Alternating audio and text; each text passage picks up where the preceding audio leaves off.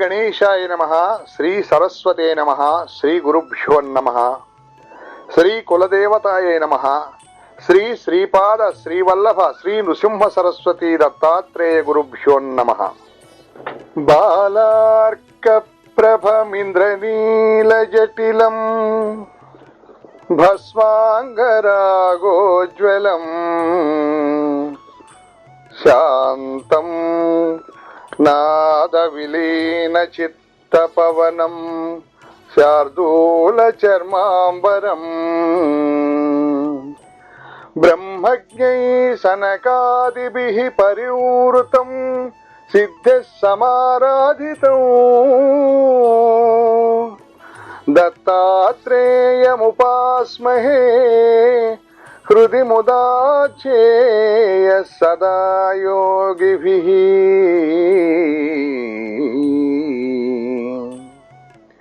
సిద్ధయోగి చెప్పినదంతా శ్రద్ధగా వింటున్న నామధారకుడు, స్వామి, శ్రీపాద వల్లభులు కృష్ణానదిలో అంతర్ధానమై వేరొక చోట మరొక అవతారమిత్తారని చెప్పారు కదా, అటువంటప్పుడు ఆయన గుప్త రూపంలో కురూపురంలోనే ఉన్నారని, ఇప్పటికీ అక్కడ తమను ప్రార్థించిన భక్తులను రక్షిస్తున్నారని కూడా చెప్పారే, అదెలా సాధ్యం అని అడిగాడు. నాయనా, శ్రీపాద స్వామి సాక్షాత్తు భగవంతుడు. భగవంతుని మహిమకు అంతులేదు. ఆయన ఏమైనా చేయగల సమర్థుడు. మొదట ఒక్కడుగానున్న ఆయన తర్వాత త్రిమూర్తుల రూపం ధరించి వేరువేరు కార్యాలు చేయడం లేదా? శ్రీపాదులు ఆ త్రిమూర్తుల స్వరూపమే. ఆయన మహిమకు సంభవము అసంభవము అన్నది లేదు. ఆయన అంతర్ధానమయ్యాక కూడా ఆ క్షేత్రంలో తమను ఆశ్రయించిన భక్తులను రక్షిస్తున్నారని తెలిపే దివ్య లీలని ఒక్కదానిని చెబుతాను విను. కాశ్యపస గోత్రీకుడైన వల్లభేషుడనే బ్రాహ్మణుడు వాణిజ్యం చేసుకుని జీవిస్తుండేవాడు. అతని కుటుంబం చాలా పెద్దది. కురూపురంలో అంతర్హితుడైన శ్రీపాద స్వామి తమను సేవించిన భక్తులను రక్షిస్తూ సూక్ష్మ రూపంలో ఆ క్షేత్రంలోనే ఉన్నారని విని అతడు స్వామికి భక్తుడయ్యాడు. అతడు ప్రతి సంవత్సరము నియమంగా ఒక్కసారైనా కురూపురం దర్శించి స్వామిని సేవిస్తుండేవాడు. ఒకనాడు అతడు స్వామిని స్మరించి తనకు వ్యాపారంలో మంచి లాభం వస్తే స్వామి దర్శనానికి కురూపురం వెళ్లి అక్కడ ఆయన ప్రీతి కొరకు 1000 మంది బ్రాహ్మణులకు సంతర్పణ చేస్తానని మొక్కుకున్నాడు. అప్పటి నుండి అతడు స్వామిని స్మరించి ఏ పట్టణానికి వెళ్ళినా అక్కడ స్వామి దయ వలన అతడు ఆశించిన కంటే ఎంతో లాభం రాసాగింది. అందువల్ల అతని భక్తి విశ్వాసాలు మరింత దృఢమయ్యాయి. అతడు తనకొచ్చిన లాభానికి ఎంతో సంతోషించి తన మ్రొక్కు చెల్లించడానికి కావలసినంత డబ్బు మూటగట్టుకుని కురూపురానికి బయలుదేరాడు. 4 దొంగలు అతని వద్ద ఎంతో డబ్బున్నదని పసిగట్టి యాత్రికుల వేషాలు ధరించి అతనికి తోడైనారు. తాము కూడా ప్రతి సంవత్సరము కురూపుర యాత్ర చేస్తుంటామని చెప్పి అతనితో ఎంతో ఆదరంగా ప్రవర్తించి అతనిని నమ్మించారు. ఇలా 2-3 రోజులు ప్రయాణం చేసి వాళ్ళంతా ఒక నిర్మానుష్యమైన ప్రదేశానికి చేరగానే ఆ దొంగలు అతనిపై పడి అతని తల నరికి అతని వద్దనున్న ధనం అపహరించారు. తర్వాత ఆ సంగతి ఎవరికీ తెలియకుండా చేయాలని తలచి ఆ దేహాన్ని దహనం చేయడానికి సిద్ధమయ్యారు. వల్లభేషుడు మరణించే ముందు చివరి క్షణంలో శ్రీపాద వల్లభాని కేక పెట్టాడు. అందువలన భక్తరక్షకుడైన శ్రీపాద శ్రీవల్లభులు జడలు, భస్మము, త్రిశూలము ధరించిన యతి రూపంతో ఆ దొంగలకు ప్రత్యక్షమై త్రిశూలంతో వాళ్లను పొడిచి చంపాడు. అప్పుడు ఆ దొంగలలో ఒకడు ఆయన పాదాలపై పడి, ప్రభు, నేను దుష్టబుద్ధితో ఈ బ్రాహ్మణుని వెంబడించలేదు. నేను తెలియక వీరిని దారిలో కలిశాను. నిజానికి నేనెన్నడూ దొంగతనం చేసి ఎరుగను. సర్వసాక్షి అయిన మీరు అంతర్దృష్టితో గమనిస్తే మీకే తెలుస్తుంది స్వామి. నన్ను క్షమించి విడిచిపెట్టవలసింది అని ఆయనను శరణు వేడాడు. స్వామి అతనికి అభయమిచ్చి కొంచెం విభూతి ప్రసాదించి దానిని వల్లభేషుని శరీరంపై చల్లి తెగిపడి ఉన్న తలను మొండానకు అతికించమని ఆదేశించారు. అతడలా అతికిస్తుండగా శ్రీపాద స్వామి వల్లభేషుని శిరస్సుపై తమ అమృత దృష్టిని సారించి మరుక్షణమే అంతర్ధానమయ్యారు. వల్లభేషుడు తిరిగి బ్రతికాడు. అతనికి పూర్తి స్పృహ వచ్చేసరికి సూర్యోదయమైంది. అతని ప్రక్కన ఒక వ్యక్తి మాత్రమే ఉన్నాడు. వల్లభేషునికి అంతకు ముందు జరిగినదేమీ గుర్తు లేదు. అందువలన అక్కడ చచ్చిపడి ఉన్న దొంగలను చూచి ఆశ్చర్యపడి, వీళ్ళందరూ ఎలా మరణించారు? నీ ఒక్కడవే ఎలా బ్రతికి వచ్చావు? ఇంత జరిగినా నీ ఒక్కడవే ఇంకా ఇక్కడే ఉన్నావేమిటి అని అడిగాడు. అప్పుడు అతడు, అయ్యా, ఇప్పుడు ఒక అద్భుతమైన దైవలీల జరిగింది. మనను అనుసరించి వచ్చిన వారు దొంగలే గాని యాత్రికులు కారు. వారు నిన్ను చంపి నీ ధనము అపహరించారు. ఇంతలో ఒక తపస్వి వచ్చి ఈ దొంగలను చంపి నిన్ను బ్రతికించారు. నీకు నన్ను కాపలాగా ఉంచి ఆయన అంతర్ధానమయ్యారు. ఆ మునీశ్వరుడెవరో గాని సాక్షాత్తు పరమశివునిలా ఉన్నారు అని చెప్పాడు. ఆ మునీశ్వరుడు సాక్షాత్తు శ్రీపాద వల్లభులేనని తెలుసుకుని భగవంతుడైన ఆయన దర్శనం తనకు లభించనందుకు వల్లభేషుడు ఎంతో పరితపించాడు. అతడు వెంటనే అమితోత్సాహంతో ఆ ధనం తీసుకుని కురూపురం చేరాడు. అక్కడ శ్రీపాదుని పాదుకలను సకలోపచారాలతో పూజించి ముందు తాను అనుకున్నట్లు 1000 మందికి గాక 4000 మంది బ్రాహ్మణులకు తృప్తిగా భోజనం పెట్టి దక్షిణ తాంబూలాలతో వారందరినీ సత్కరించి సంతోషపెట్టాడు. ఈ విధంగా శ్రీపాద స్వామి కురూపురంలో అదృశ్యంగా ఉంటూ ఇలాంటి లీలలు ఎన్నో చేశారు. నేటికి సజ్జనులకు అక్కడ ఆయన దర్శనమిస్తారు. అయినప్పటికీ ఆయన శ్రీ నృసింహ సరస్వతి అనే యతిగా వేరొక చోట అవతారమెత్తి లోకోద్ధరణ చేశారు. భక్తులు ఎక్కడున్నప్పటికీ శ్రీపాద స్మరణ చేస్తే చాలు, వారికి స్వామి అభీష్టాలనిచ్చి రక్షిస్తాడు. అట్టి స్మరణకు అనుగుణమైన నామం తరతరాలుగా ఇలా ఉన్నది అన్నారు సిద్ధముని. దిగంబరా దిగంబరా శ్రీపాద వల్లభ దిగంబరా, దిగంబరా దిగంబరా అవధూత చింతన దిగంబరా, దిగంబరా దిగంబరా శ్రీపాద వల్లభ దిగంబరా, దిగంబరా దిగంబరా అవధూత చింతన దిగంబరా, దిగంబరా దిగంబరా శ్రీపాద వల్లభ దిగంబరా, దిగంబరా దిగంబరా అవధూత చింతన దిగంబరా. శ్రీ దత్తాయ గురవే నమః. శ్రీ శ్రీపాద శ్రీ వల్లభాయ నమః. శ్రీ నృసింహ సరస్వతే నమః. శ్రీ గణేశాయ నమః. శ్రీ సరస్వతే నమః. శ్రీ గురుభ్యో నమః. ఈ అధ్యాయాలలో శ్రీ దత్తాత్రేయ స్వామి యొక్క 2వ కలియుగ అవతారమైన శ్రీ నృసింహ సరస్వతి స్వామి వారి వృత్తాంతం చెప్పబడుతుంది. నామధారకుడు అత్యంత ఆసక్తితో ఇలా అన్నాడు.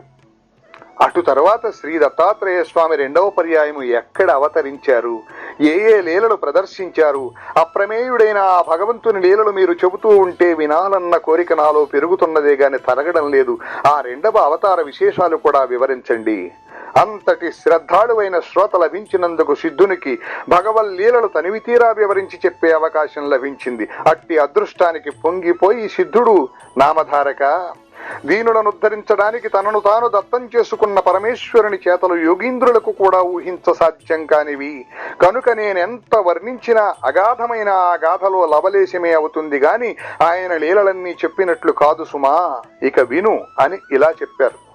శ్రీపాదస్వామి ఆదేశించినట్లు అంబిక జీవిత శేషమంతా శివపూజలో గడిపింది. ఆమె మరుజన్మలో మహారాష్ట్రంలోని కారంజా లేక లాడకారంజా అనే గ్రామంలో వాజసనేయ శాఖకు చెందిన ఒక సద్బ్రాహ్మణుని కుమార్తెగా జన్మించింది. తల్లిదండ్రులు ఆమెకు అంబ అని నామకరణం చేశారు. ఆమెకు పూర్వజన్మ సంస్కారం వలన సౌశీల్యంతో పాటు శివభక్తి కూడా అబ్బింది.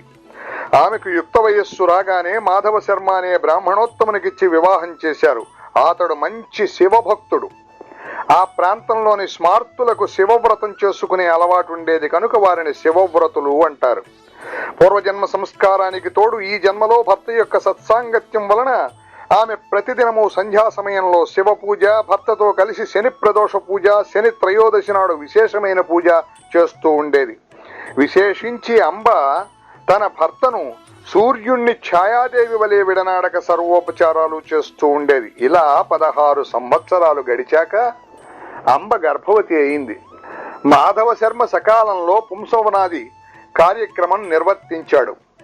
నెలలు నిండిన తరువాత మహామహిమాన్వితమైన ఒక శుభలగ్నంలో ఆమెకు ఒక మగబిడ్డ కలిగాడు. నామధారక, ఆ పిల్లవాడు పుట్టగానే అందరి పిల్లల వలె ఏడవలేదు సరికదా, స్పష్టంగా ప్రణవం ఉచ్చరించాడు. అది విన్నవారు ఆశ్చర్యపోయారు. జ్యోతిశాస్త్ర విద్వాంసులు అతని జాతకం చూచి, మాధవ శర్మ నీ భాగ్యం పండింది, ఈ శిశువు సాక్షాత్తు భగవంతుడే, ఇతడు మనవలి గృహస్థాశ్రమం స్వీకరించడు, చిన్న వయసులోనే సన్యాసం స్వీకరించి జగద్వంద్యుడవుతాడు, ఇతని చరణాలు ధ్యానించిన భక్తులకు కామధేను అవుతాడు, ఇతని దర్శనం చేతనే పతితులు పావనులవుతారు, ఇతనిని కన్నందువలన మీకు కీర్తి ప్రతిష్టలు దివ్య సుఖాలు లభిస్తాయి అని దైవజ్ఞులు చెప్పారు. మాధవ శర్మ ఆ విద్వాంసులను ఘనంగా దక్షిణ తాంబూలాలతో సత్కరించాడు. వారు సెలవు తీసుకుంటూ, మాధవ శర్మ ఈ బాలునికి శ్రీ సిద్ధులు దాస్యం చేస్తాయి, నవనిధులు పరిచారకులవుతాయి అని ఆశీర్వదించారు. ఆ బాలుడు పుట్టిన వెంటనే ప్రణవం ఉచ్చరించిన సంగతి వాడవాడలా ప్రాకిపోయి అతనిని చూడడానికి జనం ఇసుక వేస్తే రాలనంతగా వచ్చారు. పిల్లవానికి దృష్టి దోషం తగలకుండా తండ్రి రక్షాబంధనం చేయించాడు. తల్లి అతనికి ఉప్పు, మిరియాలు, ఎండు మిరపకాయలు, వేపాకులతో దృష్టి తీసేది. తరువాత ఒక సుముహూర్తంలో ఆ పిల్లవానికి శాలగ్రామదేవ అని పేరు పెట్టారు. కానీ ఇంట్లో అందరూ అతనిని నరహరి అని పిలుచుకునేవారు. నరులు అంటే అజ్ఞానబద్ధులైన మానవులు, హరి అంటే మానవుల యొక్క అజ్ఞానం వలన కలిగిన దైన్య తాప పాపాలను పోగొట్టేవాడు అని అర్థం. ఆ పేరు ముందుగానే ఆయన అవతారమూర్తి అని సూచిస్తున్నట్లున్నది. బలహీనంగా ఉండడం వలన అమ్మ వద్ద పిల్లవానికి చాలినన్ని పాలు లేవు. పిల్లవాని కోసం ఒక దాదిని గాని పాడి మేకను గాని ఏర్పాటు చేయాలని ఆ దంపతులు ఆలోచిస్తూ ఉండగా ఆ పిల్లవాడు తన చిన్నారి చేతులతో తల్లి యొక్క వక్షస్థలాన్ని స్పృశించాడు. వెంటనే ఆమెకు స్తన్యం పెళ్ళుబికి 32 ధారలుగా కారి నేలపై పడ్డాయి. ఈ విషయం అందరికీ తెలిస్తే బిడ్డకు దృష్టి దోషం తగులుతుందని వెరచి అమ్మ ఈ లీలను రహస్యంగా ఉంచింది. ఆ పిల్లవాడు ఊయలలో పడుకోబెడితే ఏడ్చేవాడు, నేల మీద పడుకోబెడితే ఆడుకునేవాడు. ఇలాంటి లీలలు ఎన్నో జరిగినప్పటికీ తల్లి వాటిని ప్రకటించలేదు. అందువలన ఆ ప్రభువు యొక్క సంపూర్ణమైన దివ్యత్వం అందరికీ తెలియలేదు. ఇలా సంవత్సరము గడిచినా అతనికి ఒక్క మాట కూడా రాలేదు. కులదేవతలను ఆరాధించమని కొందరు, మర్రి ఆకుల విస్తళ్లలో బ్రాహ్మణులకు భోజనం పెట్టించమని కొందరు, రావి ఆకుల విస్తళ్లలో భోజనం పెట్టించమని మరికొందరు చెప్పారు. మాటలు చెబుతూ అతని చేత అనిపించడానికి యత్నిస్తుంటే క్రమంగా వస్తాయని కొందరు, అతడు మాత్రం మాటలొచ్చినా కొంతకాలం తర్వాత మాత్రమే మాట్లాడతాడని మరికొందరు అనేవారు. వారందరి మాటలు విని నరహరి నవ్వేవాడు. ఎవరు ఏమడిగినా ఓం అన్నదే అతని సమాధానం. ఆ సంగతి విని కొందరు పెద్దలు, ఇతడు మన మాటలు వినగలుగుతున్నాడు కనుక ఇతడు చెవిటివాడు కాదని స్పష్టమవుతున్నది అనేవారు. అతడు మోగవాడైతే అంత స్పష్టంగా ఓం అనడం సాధ్యం కాదు, అతడు మాటలొచ్చి కూడా ఎందుకో మాట్లాడడం లేదు అని కొందరు తల్లికి ధైర్యం చెప్పేవారు. ఆమె ఎవ్వరేది చేయమని చెప్పినా అదల్లా చేసేది. తమ కులదైవమైన దత్తస్వామికి ప్రత్యేక పూజలు చేసేది. ఇలా నరహరికి 7వ సంవత్సరం వచ్చింది. కానీ అతడు మాట్లాడనే లేదు. బాలుడు మూగవాడవుతాడని తల్లిదండ్రులు ఎంతో కలత చెందారు. ఒకనాడు అంబ అతని పరిస్థితికి కంట తడి పెట్టింది. అది చూచి నరహరి సైగలతో ఆమెను వారించి ప్రక్కనే ఉన్న ఒక ఇనుప వస్తువును తెప్పించి చేతితో త్రాకాడు. తక్షణమే అది బంగారంగా మారింది. ఆశ్చర్యంతో తల్లిదండ్రులు మరికొన్ని ఇనుప వస్తువులను అతని చేత తాకించారు. అవి కూడా బంగారంగా మారాయి. తమ పిల్లవాడు సామాన్యుడు కాడని, ఆ జన్మ సిద్ధుడని వారు గుర్తించారు. అయినప్పటికీ ఆ దంపతులు అతడు మాట్లాడకపోవడం గురించి దిగులు పడుతూనే ఉండేవారు. అతడు వేదాధ్యయనం చేసి స్వధర్మాన్ని ఎలా పాలించగలడన్నదే మాధవ శర్మకున్న దిగులు. తల్లి ఒక రోజు అతనిని అక్కున చేర్చుకుని కన్నీరు కారుస్తూ, నా కన్న తండ్రి, నీ మాటలు విని ఆనందించే భాగ్యం మాకు లేదా అన్నది. అది విని నరహరి నవ్వి తనకు ఉపనయనం చేస్తే మాట్లాడుతానని, మొట్టమొదటగా ఆమెతోనే మాట్లాడుతానని సైగల ద్వారా తెలిపాడు. ఆ సంగతి విని మాధవ శర్మ ఆశ్చర్యపడి అతని ఉపనయనానికి ఒక శుభముహూర్తం నిర్ణయించి ఊరి వారినందరినీ ఆహ్వానించాడు. గ్రామస్తులందరూ అతడి ఆశలు అడియాసలై నలుగురిలో తలవంపులకు గురి అవుతాడని తలచారు. కొందరు పెద్దలు మాత్రం, అయ్యా, ఆ పిల్లవాడు గాయత్రి మంత్రం ఉచ్చరించగలిగితే మనకేమీ, లేకపోతేనేమి, మనకు మాత్రం మృష్టాన్న భోజనము, ఘనంగా దక్షిణ తాంబూలాలు లభిస్తాయి కనుక ఈ ఉపనయన కార్యక్రమం జరుపుకోనివ్వండి అన్నారు. అందరూ ఉపనయనానికి మాధవ శర్మ ఇంట సమావేశమయ్యారు. నరహరి ముండనము, మాతృభోజనము అయ్యాక జింక చర్మము, పసుపు వస్త్రము ధరించాడు. చెవిలో గాయత్రి మంత్రం ఉపదేశించినప్పుడు నరహరి ఆ మంత్రరాజాన్ని మనస్సులోనే జపించి దీక్ష తీసుకున్నాడు. తర్వాత అతడు తల్లికి నమస్కరించి ఆమెను భవతీ భిక్షాందేహి అని భిక్ష కోరి మొట్టమొదట ఆమెతోనే మాట్లాడుతానని తల్లికి తానిచ్చిన మాట నిలబెట్టుకున్నాడు. తల్లి మొదటి భిక్ష ఇచ్చి ఋగ్వేదం పఠించు, ఆచారం పాటించు అనగానే నరహరి అగ్నిమీళే పురోహితం అని ప్రారంభించి ఋగ్వేదంలోని మొదటి మంత్రం చెప్పాడు. అంబ రెండవసారి భిక్ష ఇచ్చి యజుర్వేదం పఠించు, ఆచారం పాటించు అనగానే నరహరి ఇషేత్వ అని ప్రారంభించి యజుర్వేదంలోని మొదటి మంత్రం పఠించాడు. తల్లి మూడవసారి భిక్ష ఇచ్చి సామవేదం పఠించు, ఆచారం పాటించు అనగానే నరహరి అగ్ని ఆయాహి అని ప్రారంభించి సామవేదంలోని మొదటి మంత్రం గానం చేశాడు. అది వినగానే తల్లిదండ్రుల ఆనందానికి, సభలోని వారి ఆశ్చర్యానికి అవధులు లేవు. జీవితంలో మొదటిసారిగా మాట్లాడడం ప్రణవోచ్చారణ, తర్వాత వేద పఠనతో గాని చేయకూడదని నరహరి అంతకాలము మాట్లాడలేదు అని అందరూ అనుకున్నారు. 3 భిక్షలు అయ్యాక ఆయన 4వ వేదం కూడా చదివాడు. ఆయన భగవద్ అవతారమని తెలుసుకుని అతడి బ్రాహ్మణులంతా నమస్కరించారు. సర్వశాస్త్రాలకు జన్మస్థానమైన ఆ ప్రభువుకు ఇది ఒక లెక్కలోనిది కాదు. క్రతువు పూర్తిగా వచ్చింది. మాధవ శర్మ దంపతులు అమితోత్సాహంతో ఉన్నారు. వామనుని వలె భాషిస్తున్న నూతన బ్రహ్మచారి నరహరిని తల్లి ఆశీర్వదించి, నాయనా, ఇక నుంచి నీవు భిక్షతోనే జీవించాలి సుమా అన్నది. వెంటనే అతడు తల్లికి నమస్కరించి, అమ్మా, నీ ఆజ్ఞ మేరకు నేను భిక్షువునవుతాను, నేను సన్యాసాశ్రమం స్వీకరించడానికి అనుమతించండి అని తండ్రి వైపు కూడా తిరిగాడు. ఆ మాటలకు ఆ తల్లి నివ్వెరబోయి దుఃఖిస్తూ, నాయనా, ఒక్కగానొక్క మగబిడ్డవు, మేము 16 సంవత్సరాలు ఎంతగానో ఎదురు చూచి ఎన్నో వ్రతాలాచరించాక పుట్టావు. తరువాత 7 సంవత్సరాలు నీవు మాట్లాడనే లేదు. ఇంతకాలానికి ఆ పరమేశ్వరుని కృప వలన నేను చేస్తున్న పూజలు, వ్రతాలు ఫలించి ఈ రోజే మొదటిసారిగా నీ మాటలు వినగలిగాను. అందుకు నేను సంతోషిస్తుండగా నీవిలా అంటావేమి? అప్పుడే నీవు ఇల్లు విడిచిపోతే మా గతేమిటి? నీవు గృహస్థువై బిడ్డలు కలిగాక సన్యసించవచ్చు కదా అని బ్రతిమాలింది. అప్పుడు నరహరి తల్లిని కౌగలించుకుని ఓదార్చి, అమ్మా, నా మాట విను, వివేకంతో ఆలోచించి ఈ వ్యర్థమైన దుఃఖాన్ని తొలగించుకో. నేను ధర్మరక్షణ కోసం అవతరించాను. నీకింకా 4 బిడ్డలు కలిగి ప్రేమతో మీ సేవ చేస్తారు. వెనుకటి జన్మలో నీవు నిష్ఠతో శంకరుణ్ణి పూజించడం వల్లనే నేను నీ గర్భాన జన్మించాను అని చెప్పి ఆమె శిరస్సుపై తన చేతి నుంచి ఆశీర్వదించాడు. వెంటనే ఆమెకు తన పూర్వజన్మ స్మృతి కలిగింది. అతడు శ్రీపాద వల్లభుడుగా దర్శనమిచ్చాడు. వెంటనే ఆమె ఆనందంతో పరవశించి అతని పాదాలపై పడి ఇలా అన్నది, స్వామి, పూర్వజన్మలో కుపుత్రవతినైన నేను ఆత్మాహుతికి పాల్పడినప్పుడు రక్షించిన శ్రీపాదుడవు నీవే.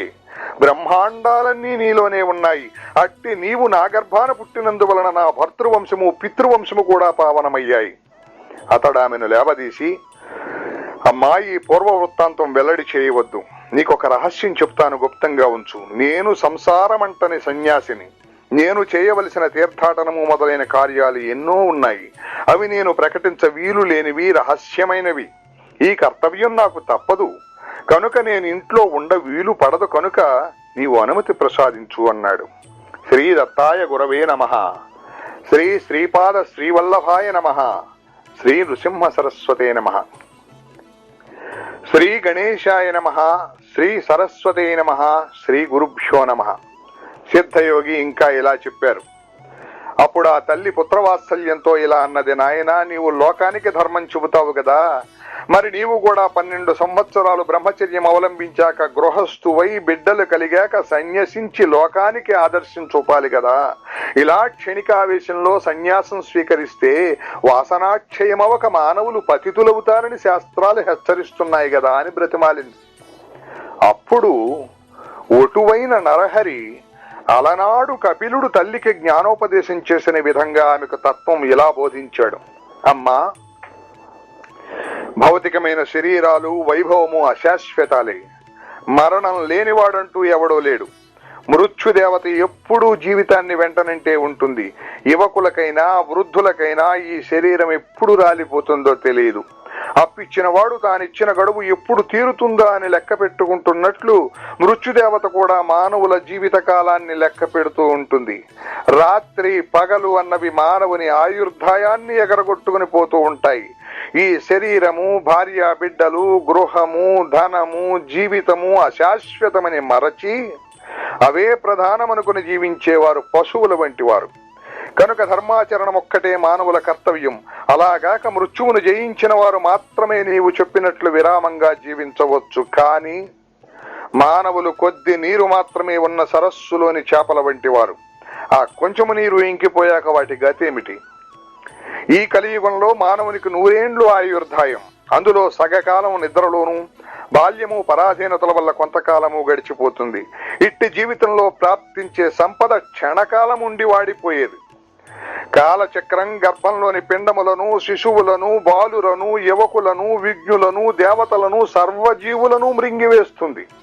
దేని మీదైనా మమకారం పెట్టుకోవడం ఆత్మ వంచనే, దుఃఖాన్ని కొని తెచ్చుకోవడమే అవుతుంది.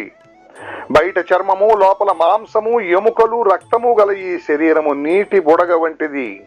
శరీరము జడము, నశ్వరము. ఆత్మ చిత్స్వరూపము శాశ్వతము. దానికి సుఖదుఖాలు లేవు, ఉన్నాయి అనుకోవడం అజ్ఞానం మాత్రమే. సద్గురు కటాక్షం వలన మానవుడి మాయను దాటాలి.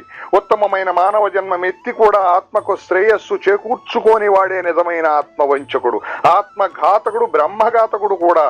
అమ్మా, ఈ మాట సామాన్యుల విషయంలోనే ఇంత వాస్తవమైతే కారణజన్ముడనైన నాకేది కర్తవ్యం?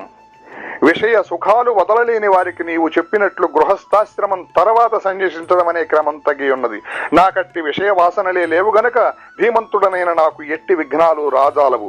నేను బ్రహ్మచర్యాశ్రమం నుండే సన్యాసం తీసుకుంటాను. నన్ను ధ్యానిస్తూ ఉండు, సంసారాన్ని దాటగలవు అని యశోదకు బాలకృష్ణుడు చూపినట్లు తన దివ్య రూపాన్ని దర్శింపజేశాడు. ఆయన ప్రసాదించిన యోగ దృష్టితో ఆమె ఆ మూర్తిని కన్నులారా దర్శించి ఇలా అన్నది: స్వామి, నీవు పుట్టుక లేనివాడవు. బ్రహ్మాండాలన్నీ నీలోనే ఉన్నాయి. బ్రహ్మకు కూడా నీ గుణరూపాలు కొంచెమైనా తెలియరానివి. మాయామోహితురాలనైన మానవ స్త్రీని నాకెలా తెలుస్తాయి? ఈ జ్ఞానమైనా నీవు అనుగ్రహించినదే. నీవు సత్య సంకల్పుడవు. నీ సంకల్పానికి నేను అడ్డు చెప్పను. లోకహితం చేయడానికే అవతరించిన నిన్ను నా పుత్రుడవని తలచి ఇంత కట్టి పెట్టుకునడం తగదు. అయితే నీ యొక్క ఈ దివ్యమైన ఆకారం నా మనస్సులో స్థిరంగా నిలిచేటట్లు అనుగ్రహించు. నాకింకా పుత్రులు కలుగుతారన్నావు. మాకింకొక్క బిడ్డ పుట్టే వరకైనా నీవిక్కడే ఉండు. అప్పటి వరకు సన్యసించడానికి నేను అనుమతించను. నీవు నా మాట వినకుండా వెళ్లిపోతే నేను మరణిస్తాను. నిన్ను విడిచి నేను బ్రతకలేను అని ప్రార్థించింది. అప్పుడు శ్రీహరి, అమ్మా, నీకొక సంవత్సరంలోగా కవలలు పుడతారు. అంతవరకు ఉంటాను గాని ఆ తర్వాత నా సంకల్పానికి అడ్డు చెప్పకూడదు అని ఆమె వద్ద మాట తీసుకున్నాడు. అతడు పరమేశ్వరుడన్న జ్ఞానంతో స్వామిని ఆ దంపతులు నిత్యము అర్చిస్తూ ఉండేవారు. చతుర్వేద పారంగతులు, షట్శాస్త్ర నిపుణులు కూడా ఆయన వద్ద విద్యార్థులై కృతార్థులయ్యారు. ఆయన ఎందరికో వేదాలు బోధించేవారు. పామరులకు ఆయన ధర్మ సూక్ష్మాలు చెప్పేవారు. ఇలా సంవత్సరం గడిచేసరికి అంబకు 2 మగపిల్లలు పుట్టారు. వారికి 3 నెలలు రాగానే ఒకరోజు అంబ పిల్లలను ఆడిస్తుంటే నరహరి వచ్చి, అమ్మా, నేను చెప్పినట్లే వీరిద్దరూ పుట్టారు. నీకింకా 2 కొడుకులు 1 కూతురు కలుగుతారు. నీ కోరిక ఫలించింది. నా మాట నిలబెట్టుకున్నాను కనుక నీవిచ్చిన మాట ప్రకారం నాకు అనుమతిస్తే నేను తీర్థయాత్రలకు బయలుదేరుతాను. అయితే నీవు మాత్రం నన్ను సంతోషంగా సాగనంపాలి అన్నారు. అప్పుడు తల్లిదండ్రులు ఆయనకు నమస్కరించి, మేమింతవరకు మాయలో తగులుకొని నీవు మా బిడ్డవు అనే భ్రాంతితో ఎప్పుడైనా నిష్ఠూరాలాడి ఉంటే మమ్మల్ని క్షమించు. నీవే మా కులదైవమని ఇప్పుడు తెలుసుకున్నాము. నీవు మా వంశాన్నుద్ధరించడానికి ఇక్కడ జన్మించావు. నీవు మా రక్తమాంసాలు పంచుకొనడం ద్వారా మా దేహాలు కూడా పవిత్రమైనాయి. ఇక ముందు మా గతి ఏమిటి అన్నారు. మీ దర్శనం మాకింకెప్పటికీ లేకుంటే మేమెలా జీవించగలము అన్నారు. అప్పుడు నరహరి, మీరెల్లప్పుడూ నన్ను ధ్యానించండి, మీకిక జన్మ ఉండదు. అమ్మా, నీకు నన్ను చూడాలని ఉంటే నన్ను స్మరిస్తే తక్షణమే నీకు నా దర్శనం అవుతుంది. 30 సంవత్సరాల తర్వాత నేను మళ్లీ మీ వద్దకు వస్తాను అని చెప్పాడు. అలా తల్లిదండ్రుల అనుమతి తీసుకుని ఆయన తలపై శిరస్త్రాణము, కౌపీనము, కాషాయాంబరము, చేతదండము ధరించి చిరునవ్వులొలికిస్తూ మహాసంతోషంగా బయలుదేరాడు. ఆ దృశ్యం చూచిన జనం 9 సంవత్సరాల పిల్లవాడు ఇల్లు విడిచిపోవడానికి ఆ తల్లి ఎలా అనుమతిస్తున్నది అని ఆశ్చర్యపోయారు. కొందరు, ఈయన అవతారమూర్తి, ఈయనను కన్న తల్లిదండ్రులు ధన్యులు అన్నారు. సాధువులు ఆయన భగవంతుడు అనే భావంతో నమస్కరించారు. ఆ గ్రామస్తులందరూ కొంత దూరం వెళ్లి ఆయనకు వీడ్కోలు చెప్పి తిరిగి వెళ్ళాక తల్లిదండ్రులు మరికొంత దూరం ఆయన వెంట వెళ్లారు. అక్కడ నరహరి వారికి కర్పూరము వలె తెల్లగానున్న తన దత్తాత్రేయ స్వరూపము, తరువాత శ్రీపాద రూపములను దర్శనమిచ్చారు. అది తమ శని ప్రదోష పూజా ఫలితమేనని తలచి ఆ తల్లిదండ్రులు, మా జన్మలు ధన్యమయ్యాయి, మీరు దయతో మాకు మళ్లీ దర్శనమివ్వాలి అని వేడుకోగా ఆయన తప్పక మళ్లీ దర్శనమిస్తాను అని మాట ఇచ్చి వాళ్లను వెనుకకు పంపాడు. ఆ దివ్య దర్శన ప్రభావం వలన వారు తమ పుత్ర వ్యామోహం మరచి భక్తిభావంతో వెనుకకు వెళ్లారు.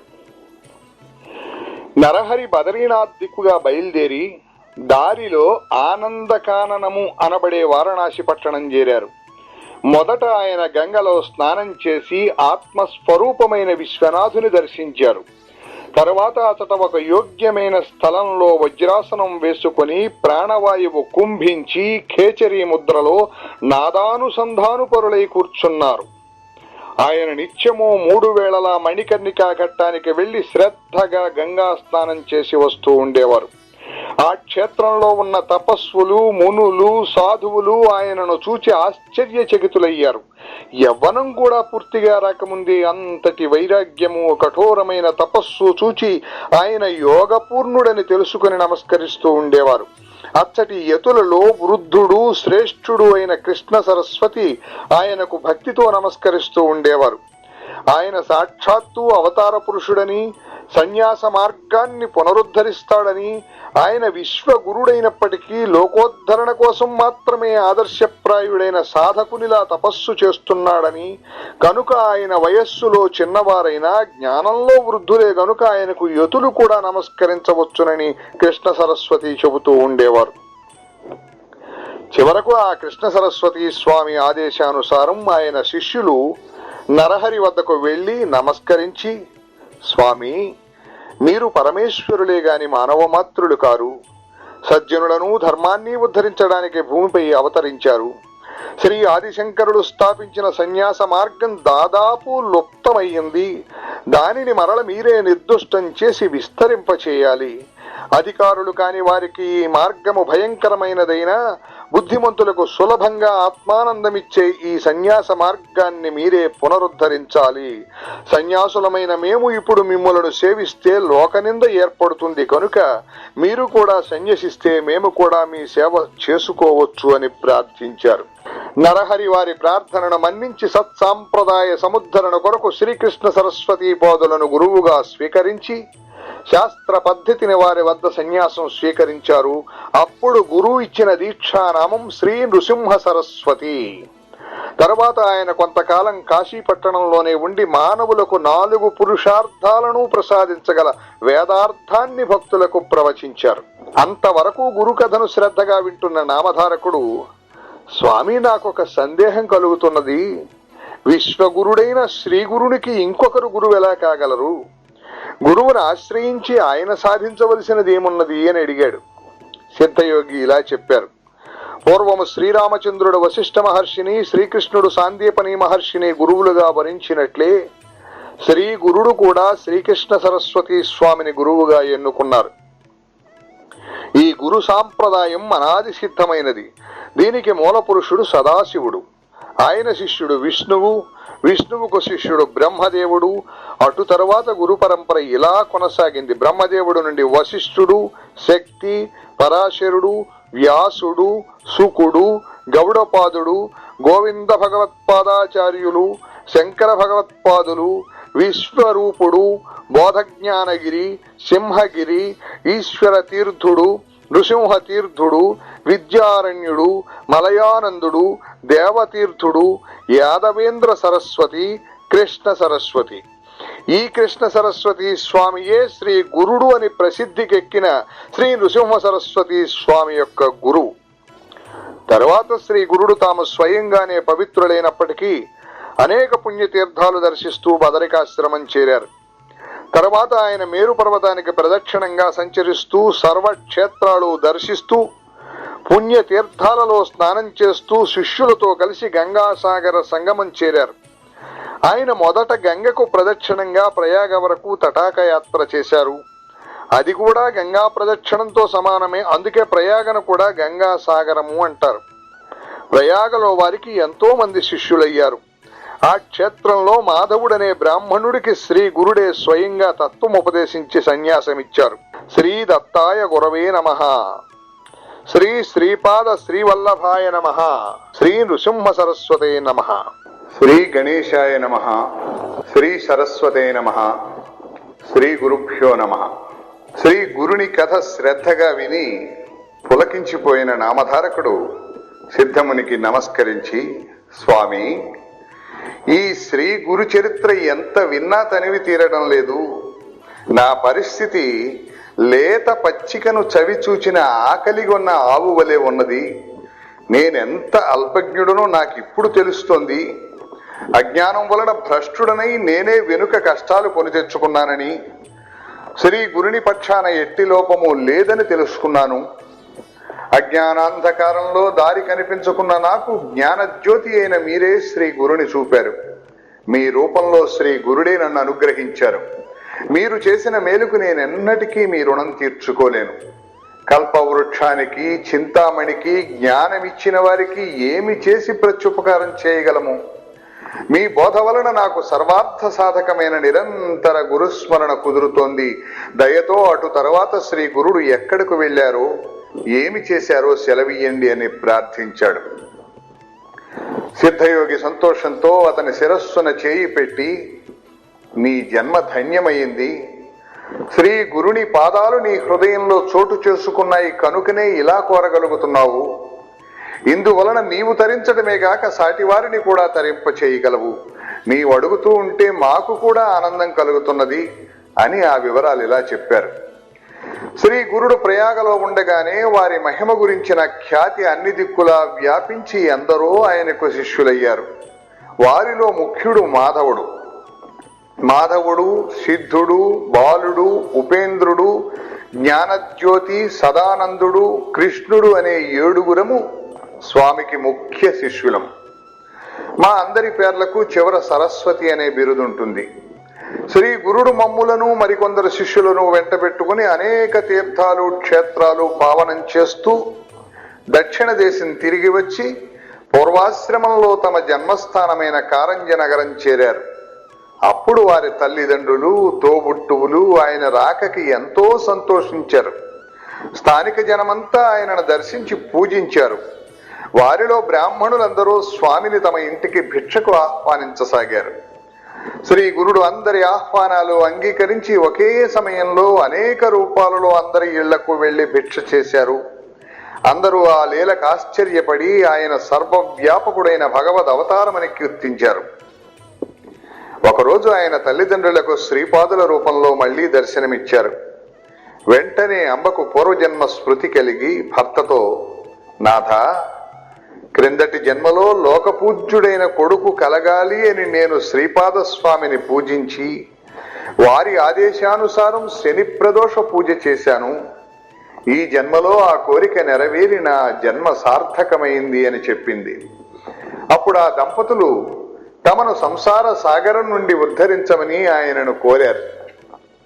అప్పుడు శ్రీ గురుడు ఏ వంశంలో ఉత్తముడైన సన్యాసి జన్మిస్తాడో ఆ వంశంలోని 42 తరాల వారు తరిస్తారు. ఆ కులం అంతటికీ బ్రహ్మలోక ప్రాప్తి కలుగుతుంది. అంతకు ముందు నరకంలో పడిన పితృదేవతలు కూడా బ్రహ్మలోకం పొందుతారు. మీ కులంలో నేను జన్మించాను గనుక మీకు బ్రహ్మ పదం లభిస్తుంది. మీ పిల్లలు పూర్ణాయుష్మంతులై అష్టైశ్వర్యవంతులై సుఖంగా జీవిస్తారు. మీరు వారి బిడ్డలను, మనుమలను చూడగలుగుతారు. చివరి దశలో క్షేత్రాలన్నింటిలో ఉత్తమమైనది, వేదాల చేత కీర్తించబడినది అయిన కాశీలో మీరు నివసిస్తారు. మీకు ఎట్టి చింత అవసరం లేదు అని అభయమిచ్చారు. అప్పుడు పూర్వాశ్రమంలో స్వామివారి సోదరి అయిన రత్న ఆయనకు నమస్కరించి, స్వామి, నాకు కూడా సంసార తాపత్రయం తొలగించి నిర్లిప్తత ప్రసాదిస్తే తపస్సు చేసుకుంటాను అని ప్రార్థించింది. అప్పుడు శ్రీ గురుడు నవ్వి, అమ్మా, స్త్రీలకు పతిసేవ వల్లనే మోక్షం లభిస్తుంది, అభిష్టాలు కూడా నెరవేరుతాయి. కాబట్టి భర్తయే పరమేశ్వరుడు అనే భావంతో ఆయనను సేవించు. గృహిణులకు అది ఒక్కటే మార్గమని వేదం చెప్పింది అన్నారు. అప్పుడు ఆమె, స్వామి, మీరు త్రికాలజ్ఞులు, నా ప్రారంధం ఎలా ఉన్నదో, నా భవిష్యత్ ఏమిటో తెలపండి అని కోరగా శ్రీ గురుడు, నీ సంస్కారం తామసికమైనది. పూర్వజన్మలో అన్యోన్యంగా ఉన్న దంపతులకు తగవు పెట్టి వారిని విడదీశావు. అందువలన ఈ జన్మలో నీ భర్త నిన్ను విడిచి సన్యాసి అవుతాడు. పూర్వజన్మలో నీ ఒక ఆవును కొట్టి చంపావు. అందువలన నీకు ఈ జన్మలో కుష్ఠురోగం వస్తుంది అని చెప్పారు. వెంటనే రత్న భయంతో ఏడుస్తూ ఆయన పాదాల మీద పడి, గురుదేవా నన్ను రక్షించండి అని వేడుకున్నది. శ్రీ గురుడు ఆమెను ఓదార్చి, అమ్మా, మా అనుగ్రహం వలన ఈ కర్మఫలం నీవు వృద్ధాప్యంలో అనుభవిస్తావు. నీకు కుష్ఠురోగం వచ్చినప్పుడు మా దర్శనం అవుతుంది. నీకు కుష్ఠురోగం పొడచూపగానే దక్షిణ దిక్కున ఉన్న భీమానదీ తీరంలోని పాప వినాశ క్షేత్రానికి వెళ్ళు. భీమా అమరజా నదీ సంగమం దగ్గరున్న గంధర్వపురంలో ఆ తీర్థమున్నది అని చెప్పి శ్రీ గురుడు తమ శిష్యులతో కలిసి గోదావరి పుట్టిన క్షేత్రమైన నాసికకు బయలుదేరారు. నామధారక, ఈ పరమ పవిత్రమైన గోదావరి నదిని వృద్ధ గంగా అంటారు. దాని ఒడ్డున ఎన్నో పుణ్యతీర్థాలున్నాయి. అది ఎలా వచ్చిందో చెబుతాను. పూర్వం మునులు భూమిపై ఒడ్లు చల్లి తమ తపోమహిమ వలన ఆ రోజే పంట పండించుకునేవారు. ఒకరోజు బ్రహ్మర్షి అయిన గౌతముడు ఒడ్లు చల్లి తపస్సుకు కూర్చున్న సమయంలో మునులందరూ సమావేశమై, ఈయనకు ఒక సంకటం కల్పిస్తే మన అందరి కోసము ఈయన గంగను భూలోకానికి తీసుకురాగలడు, జీవులన్నింటికీ ఆ నదీ స్నానం వలన సద్గతి లభిస్తుంది అని నిశ్చయించుకున్నారు. అందరూ కలిసి ఒక ఆవును దూడను దర్భలతో తయారు చేసి తమ తపశ్శక్తితో వాటికి ప్రాణం పోసి గౌతముని పంట చేనుపైకి తోలారు. అనుష్ఠానం చేసుకుంటున్న గౌతముడు ఆ ఆవును చూచి తన చేతిలోని దర్భతో దానిని అదలించాడు. వెంటనే ఆ ఆవు మరణించింది. గోహత్య చేసినందుకు ప్రాయశ్చిత్తంగా గంగానదిని భూమిపైకి రప్పించి అందులో స్నానం చేయమని మునులందరూ కోరారు. గౌతముడు అందుకు అంగీకరించి తపస్సు చేసి శంకరుని అనుగ్రహంతో గంగను భూమి మీదకి తెచ్చాడు. అందుకే దీనిని గౌతమి అంటారు. అదియే ఈ గోదావరి. ఇది కూడా గంగ ఎంతటి పవిత్రమైనది కనుకనే శ్రీ గురుడు దాని పుట్టుక స్థానమైన త్రయంబకానికి వచ్చారు. తర్వాత ఆయన ఆ నది యొక్క 2 తీరాలలోనున్న పుణ్యక్షేత్రాలను దర్శిస్తూ గోదావరి పరిక్రమం చేశారు. ఆ పర్యటనలో శ్రీ గురుడు మంజరీకరం అనే క్షేత్రానికి వచ్చారు. అక్కడ మాధవారణ్య స్వామి అనే ఒక సన్యాసి నరసింహావతారాన్ని పూజిస్తూ ఉండేవారు. ఒకరోజు అతనికి ధ్యానంలో తన ఇష్టదైవానికి బదులు శ్రీ గురుని దర్శనమైంది. తర్వాత అతడు శ్రీ గురుని దర్శించి సాష్టాంగ నమస్కారం చేసి గద్గద కంఠంతో, మీరు సాక్షాత్తు ఈ నదికి ఉత్తర తీరాన ఉన్న శ్రీ లక్ష్మీ సమేతుడైన శ్రీ నృసింహస్వామియే అన్నాడు. మా దర్శనం వలన నీ సేవ ఫలించింది. ఇక నుండి ఆత్మభావంతో మమ్మల్నే ధ్యానిస్తూ ఉండు అని శ్రీ గురుడు తమ దివ్య దర్శనం అనుగ్రహించారు. మాధవారణ్యుడు పారవశ్యంతో ఇలా స్తుతించాడు. ఓ జగద్గురు సార్వభౌమా, మీకు జయము జయము. నరునిలా కనిపిస్తున్నా మీరు త్రిమూర్తి స్వరూపము, లోకాలను ధరించే జగజ్యోతి అయిన పరమ పురుషులు. మీ పాదదర్శనం వలన కృతార్థుడనయ్యాను. శ్రీ గురుడు, మాధవారణ్య, నీకు మంత్రసిద్ధి అయి నిశ్చయమైన పద్ధతి లభించింది. నీవు నిత్యము మా స్వరూపమైన నృసింహమూర్తికి మానసిక పూజ చేశావు కనుకనే మా ప్రత్యక్ష దర్శనం లభించింది. నీకు శాశ్వత బ్రహ్మపదం లభిస్తుంది అని ఆశీర్వదించి గోదావరి పరిక్రమం కొనసాగించారు. తరువాత శ్రీ గురుడు వాసర బ్రహ్మేశ్వర క్షేత్రం చేరి స్నానానికై శిష్యులతో కలిసి నది ఒడ్డుకొచ్చారు. ఆ క్షేత్రంలో ఒక బ్రాహ్మణుడు తీవ్రమైన కడుపు నొప్పితో బాధపడుతూ ఉండేవాడు. అన్నం తింటే చాలు అతనికి ప్రాణం పోయేంత బాధ కలిగేది. ఒక మహర్నవమి నాటికి అతడు భోజనం చేసి 1 రోజులైంది. ఆ రోజు అతడు కడుపు నిండా భోజనం చేసేసరికి విపరీతమైన కడుపు నొప్పి వచ్చింది. అన్ని జీవులకు ఆధారమైన అన్నం సరిపడకుండా వచ్చాక నేను జీవించడం కంటే మరణించడమే మేలు అనుకుంటూ అతడు ఆ రోజు గోదావరిలో పడి చావాలని నిశ్చయించుకున్నాడు. అతడు తన మెడకు ఒక బండ కట్టుకుని ఆయాసపడుతూ చివరిసారిగా శివుని స్మరించి, స్వామి, నేను పూర్వజన్మలో పేదలకు అన్నదానం చేయలేదు, అతిథులను ధిక్కరించాను, ఈ జన్మలో భూమికి భారమయ్యాను. ఎట్టి పుణ్యము గత జన్మలో చేయనందువల్లనే కాబోలు ఈ జన్మలో కొద్దిపాటి పుణ్యఫలం కూడా అనుభవించలేదు. బ్రాహ్మణుల జీవనమో పశువుల గ్రాసము అపహరించో, నమ్మిన వారికి ద్రోహం చేశాను, తల్లిదండ్రులను అవమానించానేమో, లేక ఎన్నో జీవులకు నివాసమైన వనానికి నిప్పు పెట్టాను, తల్లిదండ్రులను విడిచి భార్యతో కలిసి మృష్టాన్న భోజనం చేశాను, లేక వధూవరులను చంపానేమో, లేకుంటే అన్నమే గిట్టని ఈ వ్యాధి నాకెందుకు వస్తుంది, ఈశ్వరుణ్ణి భక్తితో పూజించలేదో, లేక నేను సద్గురువును నిందించానేమో, లేకుంటే నన్ను ఏ దైవము ఎందుకు అనుగ్రహించదు అని పరితపించి నదిని సమీపించాడు. సరిగా సమయానికి శ్రీ గురుడు తమ శిష్యులతో కలిసి స్నానం చేయడానికి నది వద్దకు వచ్చారు. ఆ బ్రాహ్మణుని చూచి ఆయన అతనిని తీసుకురమ్మని శిష్యులను పంపారు. శిష్యులు పరుగున పోయి నీటిలో మునగబోతున్న ఆ విప్రుని బలవంతాన శ్రీ గురుని వద్దకు తీసుకువచ్చారు. స్వామి అతనితో, బ్రాహ్మణుడా, ఆత్మహత్య మహాపాపమని తెలిసి కూడా నీవు అందుకే పాల్పడుతున్నావేమి అని అడిగారు. ఆ బ్రాహ్మణుడు, స్వామి, నన్ను ఈ విషయం అడిగి మాత్రం ప్రయోజనం ఏమున్నది? పక్షానికి నెలకు ఒక్కసారి భోజనం చేసినా కూడా భరించరాని బాధ కలుగుతున్నది. అన్నం తినకుండా నేను ఎలా బ్రతికేది?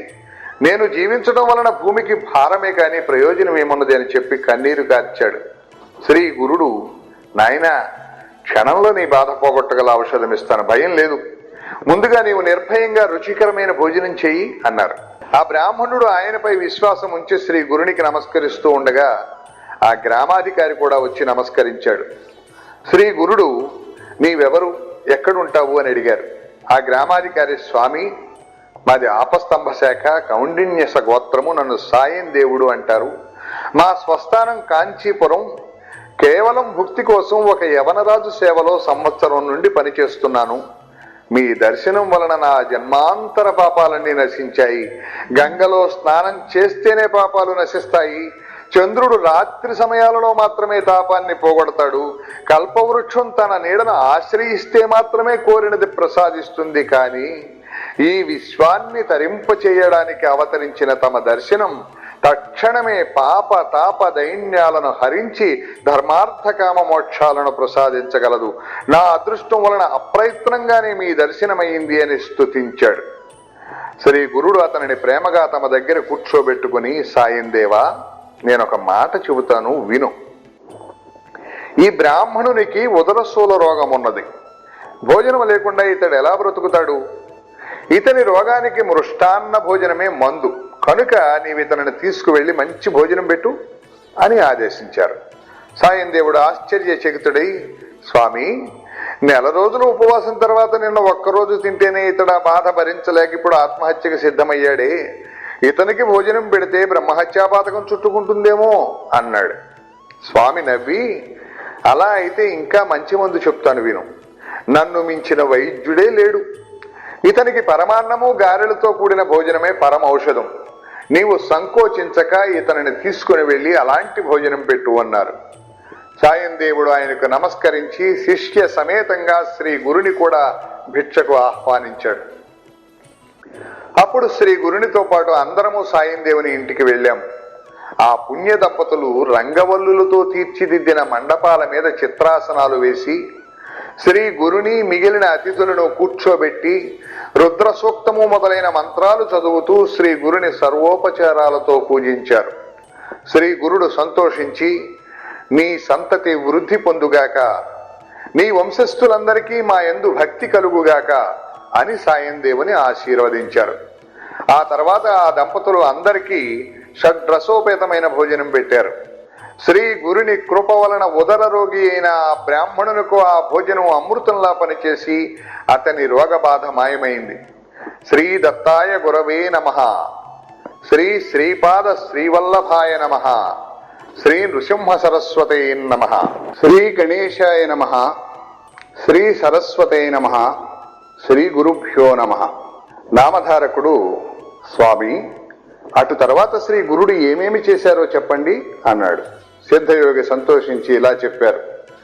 భోజనాలయ్యాక సాయం దేవుడు శ్రీ గురుని పాదాలు ఒత్తుతూ, సద్గురు, మీ పాదసేవ వలన నా జన్మ సత్కర్మలు సార్థకమయ్యాయి. మీ అనుగ్రహం వలన నా పితృదేవతలు కూడా తరించారు, ధన్యుణ్ణి. మాయ చేత మానవునిలా కనిపిస్తున్నారే గాని మీరు సాక్షాత్తు భక్తులను ఉద్ధరించడానికి అవతరించిన భగవత్ స్వరూపులే. మీ మహిమ వేదాలకే అంతుపట్టనిది. అట్టి మీకు సేవ చేసే అవకాశం నాకు అనుగ్రహించి నా వంశాన్నే పావనం చేశారు. కానీ నాదొక విన్నపమున్నది. ప్రస్తుతం నేనొక కష్టంలో ఉన్నాను. వేరు దారి లేక నేనొక యవనరాజు సేవలో ఉన్నాను. అతడు నరరూప రాక్షసుడే. అతడు ప్రతి సంవత్సరము ఒక బ్రాహ్మణుని చంపుతాడు. నన్ను బలివ్వాలని తలచి ఇంతకు ముందే నాకు కబురు పంపాడు. నేనిప్పుడు అతని వద్దకు వెళ్ళాలి, తప్పదు. నన్ను మీరే కాపాడాలి అన్నాడు. శ్రీ గురుడు అతని తలపై చేయి పెట్టి ఆశీర్వదించి, నాయనా భయపడకు, ఆ యవనుడు నిన్నేమీ చేయలేడు. భగవంతుడు సర్వానికి యజమాని.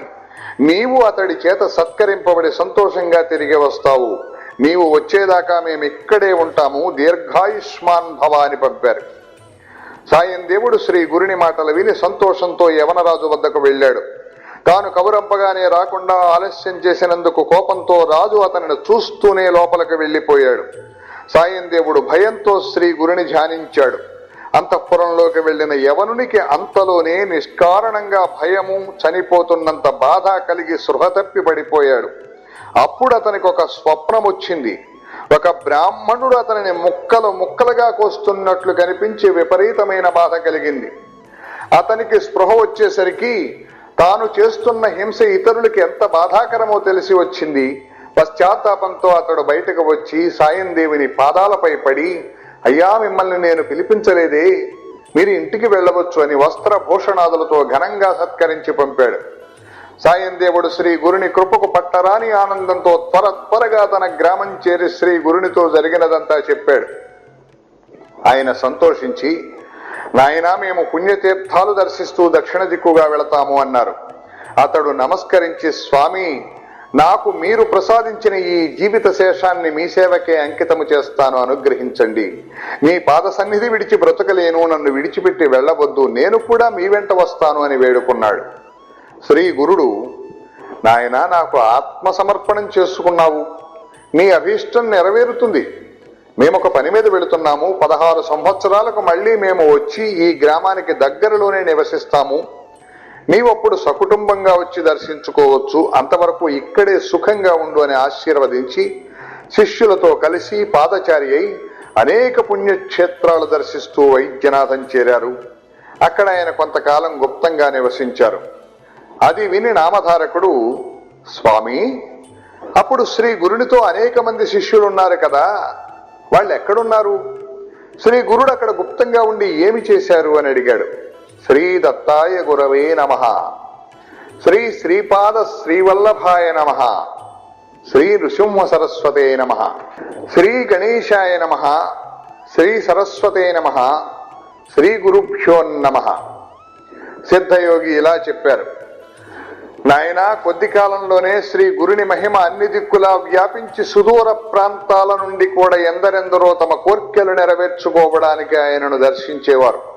వారిలో మంచి వాళ్లతో పాటు భక్తుల వేషాలలో ఎందరో దుష్టులు కూడా ఉండేవారు.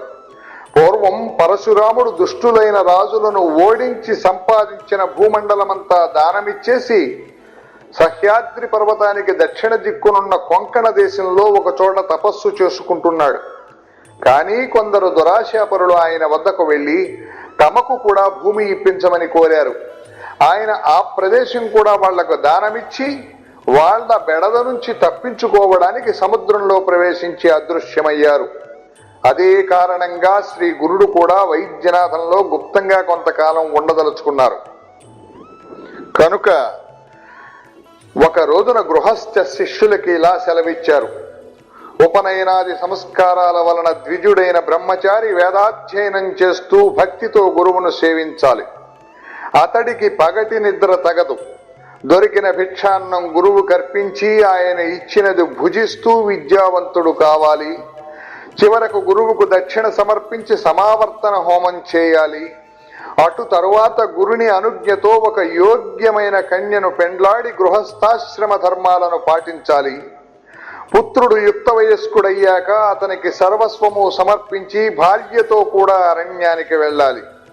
తర్వాత గ్రామ్య విషయాలను వదలి భార్య యొక్క అనుమతితో సన్యసించాలి. సన్యాసికి జపము, భిక్షాటనము, ధ్యానము, శౌచము, అర్చన ధర్మాలు. అతడు స్త్రీ కథలను వినకూడదు, వాహనములు ఎక్కరాదు, మంచము తాకరాదు, పగలు నిద్రింపరాదు, నిరంతరము ఆత్మద్రష్టయై ఉండాలి. వెదురు, సొరకాయ, చెక్క, మట్టి వీటితో చేసిన పాత్రలు మాత్రమే ఉపయోగిస్తూ దండధారి అయి పగల మాత్రమే భుజించాలి. సంవత్సరమంతా తీర్థాటనం చేస్తూ 3 పగళ్లు మించి ఏ గ్రామంలోనూ నివసించక స్థిర చిత్తుడై ఉండాలి. అలా తిరగడానికి శరీరంలో శక్తి లేకపోతే సదా దైవాన్ని ధ్యానిస్తూ ఒక మహాక్షేత్రంలో నివసించాలి. ఇలా చెప్పి గృహస్థ శిష్యులను వారి వారి గృహాలకు పంపి సన్యాసులైన శిష్యులకు శ్రీ గురుడు ఇలా చెప్పారు: నాయనడారా, మీరందరూ తీర్థయాత్రలకు వెళ్ళండి. మీకు మరలా శ్రీశైలంలో బహుధాన్య సంవత్సరంలో మా దర్శనం అవుతుంది అన్నారు. అప్పుడు ఆ శిష్యులు, స్వామి, సర్వతీర్థాలు మీ పాదాల వద్దనే ఉన్నాయని శాస్త్రాలు చెబుతున్నాయి కదా, మిమ్ములను విడిచి మేమెక్కడకు పోగలము, దాని వలన మాకు కలిగే లాభమేమున్నది అన్నారు. అప్పుడు స్వామి, నాయనలారా, సన్యాసులమైన మనము 5 రోజులకు మించి ఎక్కడా నిలవకూడదు. సర్వతీర్థాలు దర్శించడం మన ధర్మం. దాని వలన మనస్సు స్థిరమవుతుంది. అటు తర్వాత ఒకచోట స్థిరంగా ఉండడం శ్రేయస్కరం అని చెప్పారు. అప్పుడు శిష్యులు, స్వామి, మీ మాటయే మాకు ప్రమాణం, మేము ఏ ఏ తీర్థాలు దర్శించాలో సెలవియ్యండి అని కోరారు. అప్పుడు శ్రీ గురుడు ఇలా చెప్పారు: నాయనలారా, తీర్థాలన్నింటిలోకి ఉత్తమమైన కాశీకి వెళ్లి గంగను సేవించి గంగా తటయాత్ర చేయండి. అటు తరువాత యమునా, సరస్వతీ నదులను కూడా అలానే సేవించండి. అందువలన పితృదేవతలకు సంతృప్తి, మీకు శాశ్వత బ్రహ్మలోక ప్రాప్తి కలుగుతాయి. తరువాత వరుణ, కుశావర్త, శతధ్రు, విపాశ, శరావతి, వితస్థ, అశిక్ని, మరుద్రుద, మధుమతి, పయస్విని, ఘృతవతి, రేవా, చంద్రభాగ, రేవతి, సరయు, గోమతి, వేదిక, కౌశికి, నిత్య జల, మందాకిని, సహస్రవక్త, పూర్ణ, పుణ్య, అరుణ, బహుద, వైరోచని, పుష్కర, ఫల్గు, అలకనంద మొదలైన నదులలోనూ నదీ సంగమాలలోనూ స్నానం చేసి తటయాత్రలు చేయండి.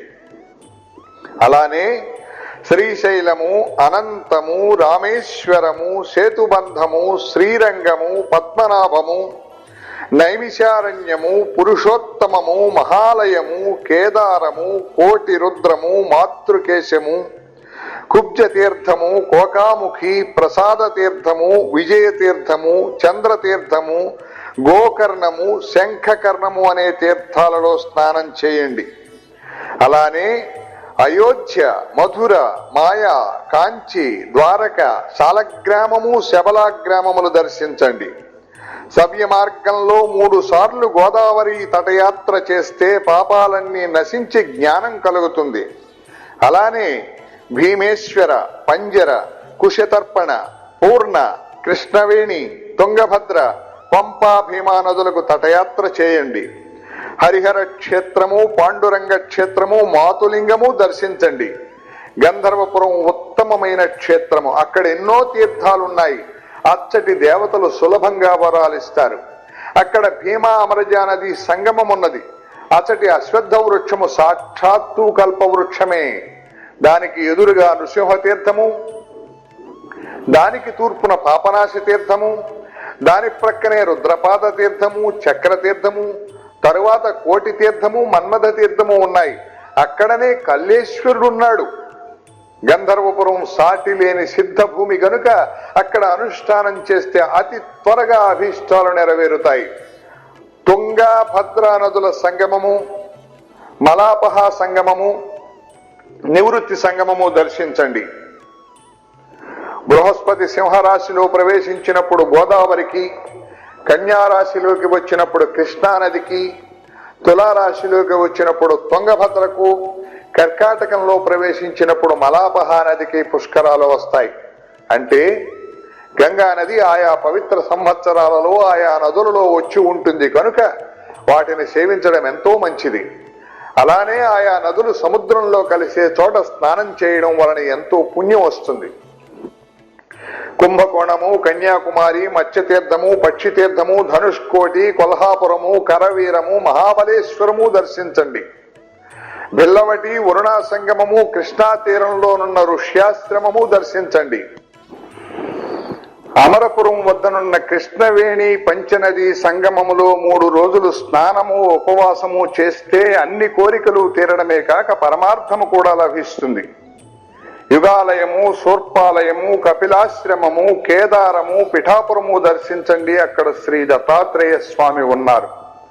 తర్వాత మణిగిరి, వృషభాద్రి, కళ్యాణ నగరము, అహోబిలము దర్శించండి. కర్కాటక రాశిలో సూర్యుడు ప్రవేశించినప్పటి నుండి నదులు రజస్వలలు గనుక వాటిలో స్నానం చేయకూడదు. నదీ తీరాలలో నివసించే వారికి మాత్రము ఈ నిషేధము వర్తించదు. నదులకు క్రొత్త నీరు వచ్చే రోజులే రజస్వల కాలము. అప్పుడు శిష్యులు ఆయనకు సాష్టాంగ నమస్కారము చేసి వారి ఆశీస్సులు పొంది తీర్థయాత్రలకు వెళ్లారు. నేను మాత్రం ఆయన సేవ చేయడానికి వారితో కూడానే ఉన్నాను. శ్రీ దత్తాయ గురవే నమః, శ్రీ శ్రీపాద శ్రీవల్లభాయ నమః, శ్రీ నృసింహ సరస్వతే నమః, శ్రీ గణేశాయ నమః, శ్రీ సరస్వతే నమః, శ్రీ గురుభ్యో నమః. నామధారకుడు సిద్ధయోగికి నమస్కరించి, మహాత్మా, అప్పుడు శ్రీ గురుని ఆజ్ఞను అనుసరించి తీర్థయాత్రలకు వెళ్లిన శిష్యులెవ్వరు? అటుపై ఏమి జరిగింది అని అడిగాడు. సిద్ధయోగి ఇలా చెప్పారు. నామధారక, నీవు గురు భక్తులలో ఉత్తముడివి. ఇంతకాలము నన్ను గురు కథ చెప్పమని ఎవరూ కోరనందువలన నా మనస్సు నివురుగప్పినట్లయింది. నీవిప్పుడు ఆయన గురించి ఇంతగా ఆసక్తితో అడుగుతూ ఉంటే నీకు చెబుతూ ఉండడం వలన ఆయన కథలు గుర్తు తెచ్చుకున్న కొద్దీ నా మనస్సు మేల్కొన్నట్లవుతున్నది. ఆనంద పారవశ్యం కలుగుతున్నది. నీవు కూడా నాకెంతో ఉపకారం చేశావు. నీవు వయస్సులో చిన్నవాడవైనా శ్రీ గురుని అనుగ్రహం వలన లోకశ్రేష్ఠుడవుతావు. నీ వంశమంతా పుత్ర పౌత్ర ధన ధాన్యాలతోనూ సుఖశాంతులతోనూ వెలసిల్లుగాక. శ్రీ గురుని చరిత్ర చెబుతాను. అది మానవులకు కోరదగినవన్నీ ప్రసాదించడంలో కామధేనువు వంటిదని ప్రమాణం చేసి చెబుతున్నాను. శ్రద్ధగా విను. శ్రీ గురువు యొక్క ఆజ్ఞను అనుసరించి శిష్యులందరూ తీర్థయాత్రలకు వెళ్లారు. నేను మాత్రం వారిని సేవిస్తూ వారి చెంతనే ఉండిపోయాను. అప్పటి నుండి 1 సంవత్సరము పాటు శ్రీ గురుడు వైద్యనాథంలోనే గుప్తంగా ఉండిపోయారు. ఒకనాడు ఒక బ్రాహ్మణుడు వచ్చి స్వామికి సాష్టాంగ నమస్కారం చేసి, స్వామి, నేను ఆత్మసిద్ధికై ఎంతో కాలం తపస్సు చేసినా గాని నా మనస్సు ఏ మాత్రము ప్రశాంతమవలేదు. కానీ మీ దర్శనం చేతనే నాకెంతో ఆనందం కలుగుతున్నది. నా మనస్సు స్థిరం అవ్వకపోవడానికి కారణమేమిటి? మీరు లోకాన్ని తరింపచేయడానికి అవతరించిన దైవస్వరూపులు. నన్ను అనుగ్రహించి నాకు తగిన ఉపదేశం చేయండి. మిమ్మల్ని శరణు వేడుతున్నాను అన్నాడు. శ్రీ గురుడు నవ్వి, నాయనా, నీవు గురువును ఆశ్రయించకుండానే తపస్సు ఎలా చేశావు అని అడిగారు. అతడు కన్నీరు కారుస్తూ, స్వామి, మొదట నేను ఒక గురువును ఆశ్రయించి చాలా కాలం సేవించాను. కానీ ఆయన నా చేత అన్ని సేవలు చేయించుకుంటూ నన్ను ఎప్పుడూ తిడుతూ ఉండేవారు గాని నాకేమీ నేర్పలేదు. ఎప్పటికప్పుడు నీకు ఇంకా బుద్ధి స్థిరం కాలేదు అని చెప్పి నాకు వేదము గాని శాస్త్రం గాని భాష్యం గాని చెప్పలేదు. అందువలన ఒకసారి నేను ఆయన చెప్పిన సేవ చేయలేదు. అప్పుడు ఆయన నాపై ఎంతో కోపించి తీవ్రంగా నిందించాడు. వెంటనే నేను ఆయనను విడిచి వచ్చేశాను అని చెప్పాడు. శ్రీ గురుడు ముక్కు మీద వేలు వేసుకుని, అయ్యో బ్రాహ్మణుడా, ఎంత పని చేశావు! నీవు చేసిన పని ఆత్మహత్య అంతటి మహాపాపం. నిజానికి నీవే నీలోని దుర్గుణాలను తెలుసుకోలేక గురువును నిందిస్తున్నావు. నీకింక మనస్సు నిశ్చలం ఎలా అవుతుంది? దొరికిన కామధేనువు వంటి గురువును విడిచి నీవెక్కడికి పరిగెడితే మాత్రం నీకు జ్ఞానం ఎలా లభిస్తుంది? గురుద్రోహికి ఇహంలోనూ పరంలోనూ సుఖముండదు. అతడికి జ్ఞానం ఎన్నటికీ కలుగదు. అజ్ఞానాంధకారంలో చిక్కుపడవలసిందే. గురువుని ఎలా సేవించాలో తెలిసిన వాడికే వేదాంగాలు తెలిసి సర్వజ్ఞుడవుతాడు. అష్టసిద్ధులు అతనికి అధీనమవుతాయి. నీ వంటి గురుద్రోహి ముఖం చూడడం కూడా అపశకునమవుతుంది. దేవాలయంలో మల విసర్జన చేసి అందుకు తిట్టిన వాడిని తప్పు పట్టినట్లుంది నీ పని అన్నారు. అప్పుడు ఆ విప్రుడు భయపడి దుఃఖంతో స్వామి పాదాలపై పడి, పరమగురు జ్ఞానసాగర, బుద్ధిహీనుడినై తెలియక గురుద్రోహం చేశాను. గురువుని ఎలా తెలుసుకోవాలో సేవించాలో తెలిపి నన్ను ఉద్ధరించండి అని దీనాతి దీనంగా ప్రాధేయపడ్డాడు. శ్రీ గురుడు అతని దైన్యానికి కరిగిపోయి అపార కరుణతో ఇలా చెప్పారు. నాయనా, గురువే తల్లి తండ్రి, ఆయనయే బ్రహ్మ విష్ణు మహేశ్వరుల ప్రత్యక్ష రూపం. నిజమైన మేలు చేయగలవారు ఆయన ఒక్కరే, ఇందుకు సందేహం లేదు. ఏకాగ్రమైన శ్రద్ధాభక్తులతో పట్టుదలతో గురువును సేవించాలి. అది తెలిపేటందుకు నీకు ఒక పురాణోపాఖ్యానం చెబుతాను, విను. ద్వాపర యుగంలో ధౌమ్యుడనే బ్రహ్మర్షి ఉండేవారు. ఆయన దగ్గర అరుణి, బైదుడు, ఉపమన్యువు అను 3 శిష్యులు వేదం అభ్యసిస్తూ ఆయనను శ్రద్ధతో సేవిస్తూ ఉండేవారు. అహంకారము మొదలైన దోషాలు తొలగి మనస్సుకు శుద్ధి కలగడానికి వెనుకటి గురువులు శిష్యుల చేత సేవలు చేయిస్తూ ఉండేవారు. అతని సేవను బట్టి అతని గురు భక్తిని మనశుద్ధిని నిరూపించి అనుగ్రహించేవారు. ఒకనాడు ధౌమ్యుడు అరుణిని పిలిచి, నీవు మన పొలానికి వెళ్లి చెరువు నుండి దానికి నీరు పెట్టు, లేకపోతే వరి పైరు ఎండిపోతుంది అని చెప్పారు. అరుణి వెంటనే వెళ్లి చెరువు నుండి కాలువ ద్వారా నీరు పెట్టాడు. కానీ కాలువకు ఒక చోట గండిపడి నీళ్లన్నీ పల్లానికి పోతున్నాయి. మట్టి రాళ్లు ఎంత వేసినా కట్ట నిలువలేదు. అప్పుడు అతడు ప్రాణం పోయినా సరే గురువు చెప్పినది చేసి తీరాలి అన్న నిశ్చయంతో ఆ గండికి తాను అడ్డుపడుకుని గురువును ధ్యానిస్తున్నాడు. అప్పుడు ఆ నీరు అతని మీదుగా పొలానికి ప్రవహించింది. చీకటి పడినా కూడా అరుణి ఆశ్రమానికి రాకపోయేసరికి ధౌమ్యుడు వచ్చి పొలం నిండుగా నీరుండడం గమనించారు. కానీ శిష్యుడే కనిపించలేదు. అతడు ఏ పులిబారినైనా పడ్డాడేమోనని అనుమానించి ఆయన శిష్యుని కోసం బిగ్గరగా పిలిచారు. అరుణి సమాధానం ఇయ్యలేక కొంచెంగా శబ్దం చేశాడు. దానిని బట్టి ధౌమ్యుల వారు వచ్చి శిష్యుని లేవనెత్తి కౌగలించుకుని సంపూర్ణంగా అనుగ్రహించారు. వెంటనే అతడు సర్వశాస్త్రపారంగతుడైనాడు. అప్పుడు ధౌమ్య మహర్షి, నాయన, నీవింటికి వెళ్లి తగిన కన్యను వివాహమాడి స్వధర్మమాచరించు, కృతార్థుడవుతావు అని ఆదేశించారు. అరుణి గురువునకు నమస్కరించి ఇంటికి వెళ్లి లోకపూజ్యుడయ్యాడు. ఒకరోజు ధౌమ్యుడు తన 2వ శిష్యుని పిలిచి, నాయన, పైరు పంటకొచ్చింది. నీవు రోజు కావలి కాచి పైరు కోసి ధాన్యం ఇంటికి చేర్చు అని చెప్పారు. బైదుడు తనకు గురుసేవ లభించినందుకు సంతోషించి పైరునెంతో జాగ్రత్తగా సంరక్షించి పంట పక్వానికొచ్చాక కోయించాడు. తర్వాత ధాన్యం రాశిగా పోయించి ఆ సంగతి గురువుకు చెప్పాడు. ఆయన అతనికి ఒక బండి, ఒక దున్నపోతును ఇచ్చి ధాన్యం ఇంటికి చేర్చమని చెప్పారు. అతడు ఆ బండి కాడికి ఒక ప్రక్క ఆ దున్నపోతును కట్టి, మరొక దున్నపోతు లేనందున 2వ వైపు కాడిని తన భుజాన వేసుకుని ధాన్యం ఇంటికి తీసుకొస్తున్నాడు. దారిలో ఒక చోట బురదలో ఆ దున్నపోతు కూరుకుపోయింది. అప్పుడు బైదుడు దున్నపోతును విడిపించి తానొక్కడే బండిని బురదలో నుండి లాగడానికి ప్రయత్నించి ఆ శ్రమకి ఓర్వలేక సృహ తప్పి పడిపోయాడు.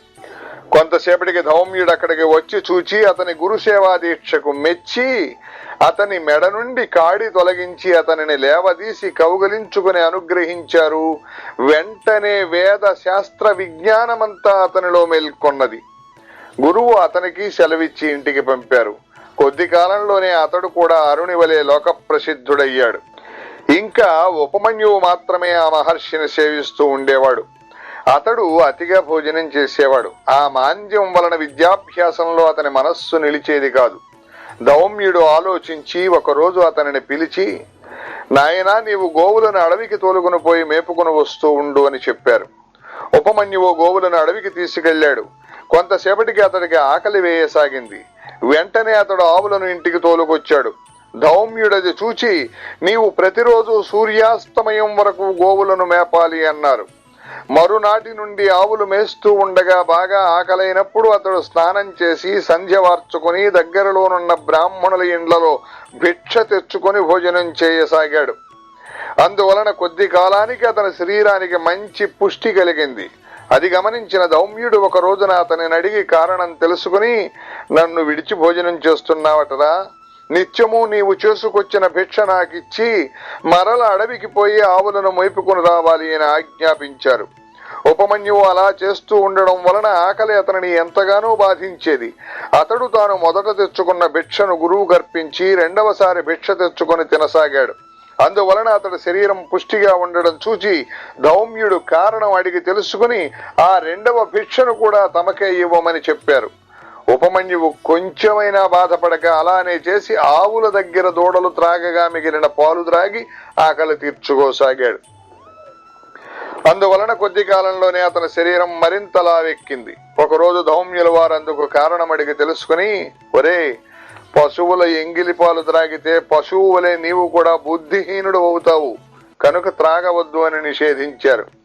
ఆ మరునాడు ఆకలి వేస్తుంటే జిల్లేడు పాలు ఎంగిలివి కావని తలచి వాటిని ఒక దొప్పలో పడుతూ ఉండగా ఆ పాలు అతని కళ్లలో చింది అతని కళ్ళు రెండూ కనిపించలేదు.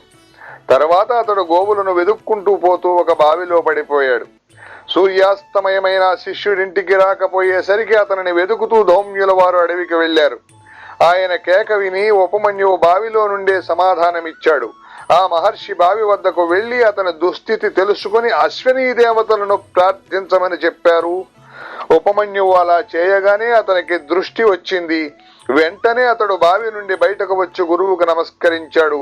ధౌమ్యుడు అతని గురుభక్తికి మెచ్చి అతని తలపై చేయి పెట్టి, నాయనా, నీ కీర్తి 4 దిక్కులా వ్యాపిస్తుంది. నీ శిష్యులు కూడా నీ అంతటి వారవుతారు. వారిలో ఉదంకుడనే శిష్యుడు తన గురుభక్తి చేత నాగలోకాన్ని జయించి నాగ కుండలాలు నీకు దక్షిణగా సమర్పించగలడు, నీ కీర్తిని శాశ్వతమనొచ్చగలడు అని ఆశీర్వదించాడు. అతడు గురుకృప వలన వేదశాస్త్ర పారంగతుడై ఇంటికి వెళ్లి గృహస్థాశ్రమం స్వీకరించాడు. కాలాంతరంలో ధౌమ్యులు వారి ఆశీర్వచనం పూర్తిగా ఫలించింది. కనుక నాయనా, గురుని అనుగ్రహంతో పొందలేనిది ఏదీ లేదు. గురుద్రోహం వలన ఇహపరాలలో సుఖమే ఉండదు సరికదా, నీవెంత తిరిగినా వ్యర్థమే. కనుక నీవు వెంటనే వెళ్లి నీ పూర్వ గురువుని ఆశ్రయించి ఆయనను ప్రసన్నం చేసుకో. ఆయన ప్రసన్నుడైతే నీకు వెంటనే మనస్సు స్థిరమవుతుంది. శ్రీ గురుని మాటలు విన్న ఆ బ్రాహ్మణుడు, స్వామి, నేను అజ్ఞానం వలన గురుద్రోహం చేసిన మాట నిజమే. నేను చేసిన అపరాధాలు కూడా ఎన్నో. విరిగిన నా గురువు మనస్సు అతకడం సాధ్యం కాదు. ఇక నేను బ్రతిక ప్రయోజనమేమి? నా పాపానికి పరిహారంగా నా ప్రాణాలు విడుస్తాను అని తీవ్రమైన పరితాపంతో ఆత్మహత్యకు సంసిద్ధుడయ్యాడు. అప్పుడు శ్రీ గురుని మనస్సు కరిగి, నాయనా, తీవ్రమైన పరితాపం వలన నీ దోషం నశించి వైరాగ్యం కలిగింది. ఇప్పుడు నీ గురువును మనసారా స్మరించు అని చెప్పి అతనిని ఆశీర్వదించారు. వెంటనే అతని కంఠం గద్గదమై శరీరమంతా రోమాంచితమైంది. కన్నులు ఆనంద భాష్పాలతో నిండాయి.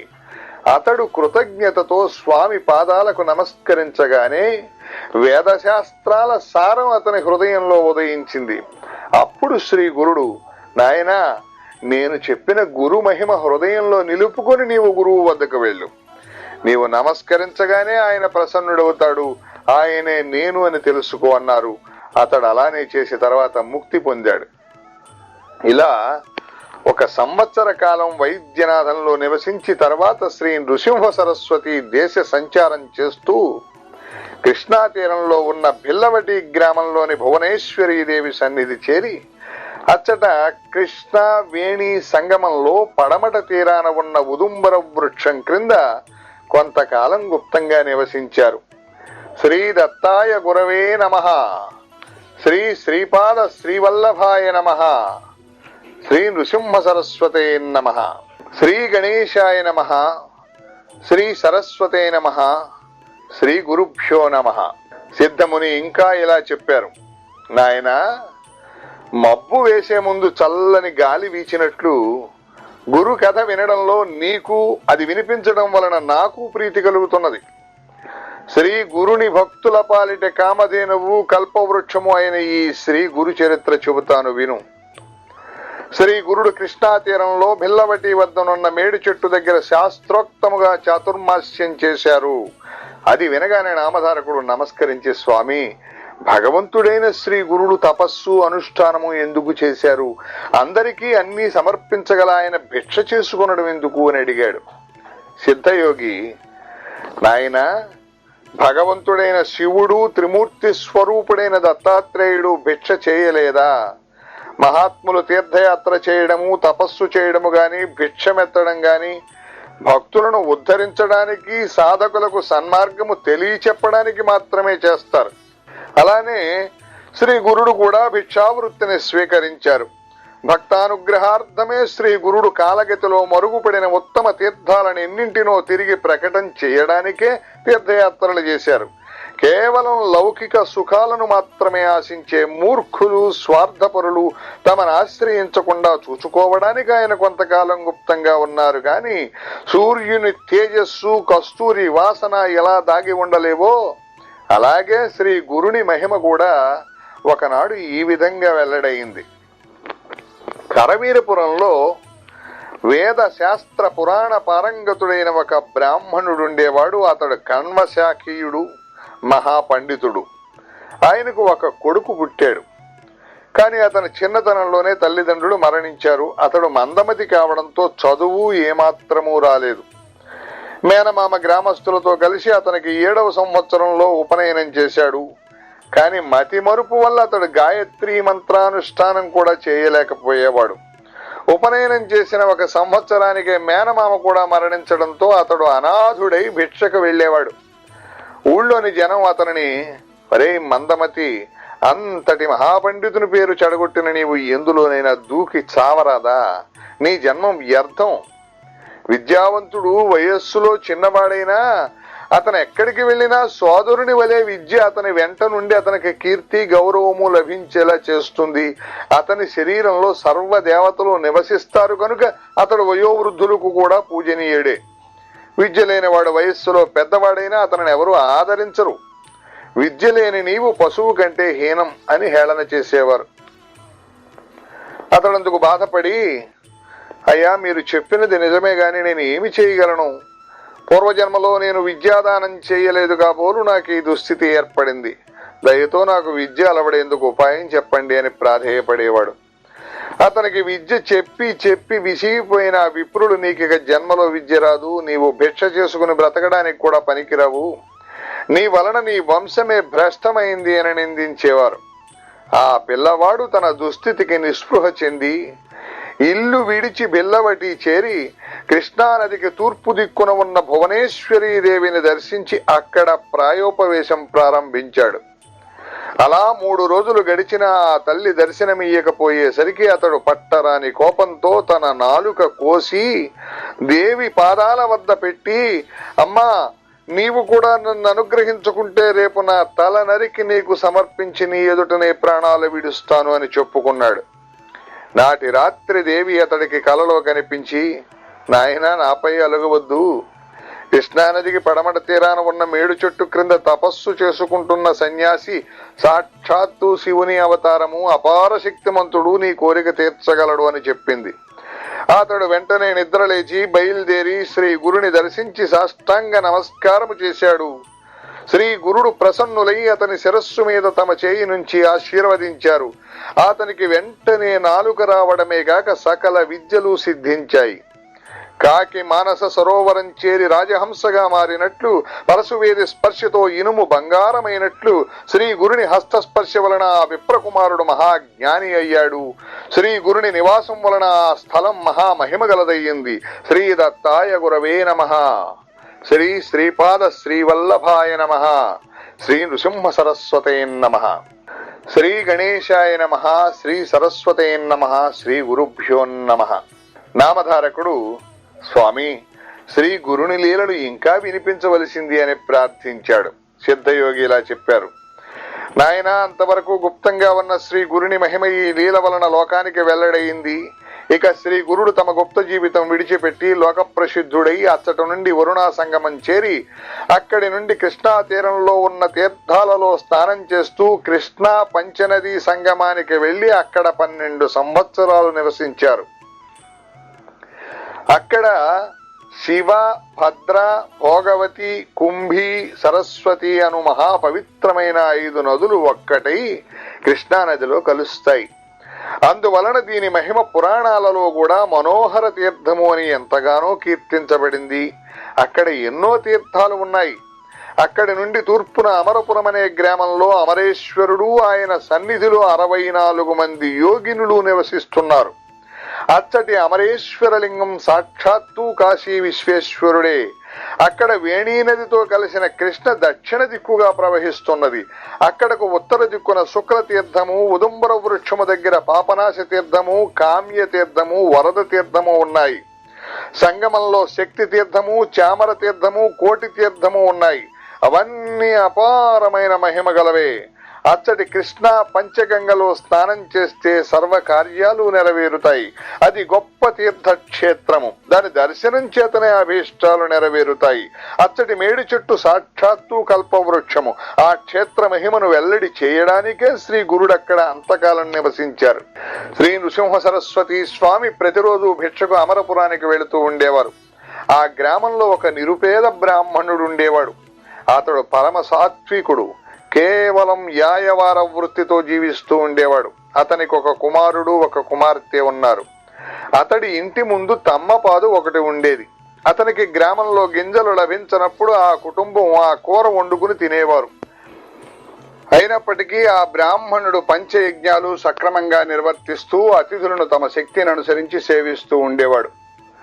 ఒకరోజు శ్రీ గురుడు అతని ఇంటికి భిక్షకు వెళ్లారు. ఆ బ్రాహ్మణుడు స్వామిని ఆహ్వానించి పూజించాడు. ఆ రోజు ధాన్యం లభించకపోవడం వలన వారు తమ ఇంటి ముందున్న తమ్మకాయలు కోసి వండి స్వామికి దానినే సమర్పించారు. తర్వాత స్వామి వారింట్లోనే కొద్దిసేపు విశ్రాంతి తీసుకుని, మీ ఆతిథ్యానికి మేమెంతో సంతోషించాము, నేటితో మీ దారిద్ర్యం తీరిపోయింది అని చెప్పి నిండుగా కాచిన ఆ పాదును పీకివేసి దాని కొమ్మలను త్రుంచివేస్తూ త్వరగా వెళ్లిపోయారు. అది చూచి ఆ ఇల్లాలు ఎంతో దుఃఖించి, అయ్యో, ఈ స్వామికి ఈ రోజు మనం చేసిన అపరాధం ఏమిటి? మనకు జీవనాధారమైన ఈ పాదును పీకివేశారే, మనం జీవించేది ఎలాగా అని బాధపడుతూ ఉంటే ఆ బ్రాహ్మణుడు, సర్వము ఈశ్వరేచ్ఛ వలన మన ప్రారబ్ధాన్ని అనుసరించి జరుగుతుంది. చీమల దగ్గర నుండి సర్వజీవులకు ఆయువు ఆహారము ప్రసాదిస్తాడే గాని ఆయన మనకి ఎందుకు కీడు చేస్తారు?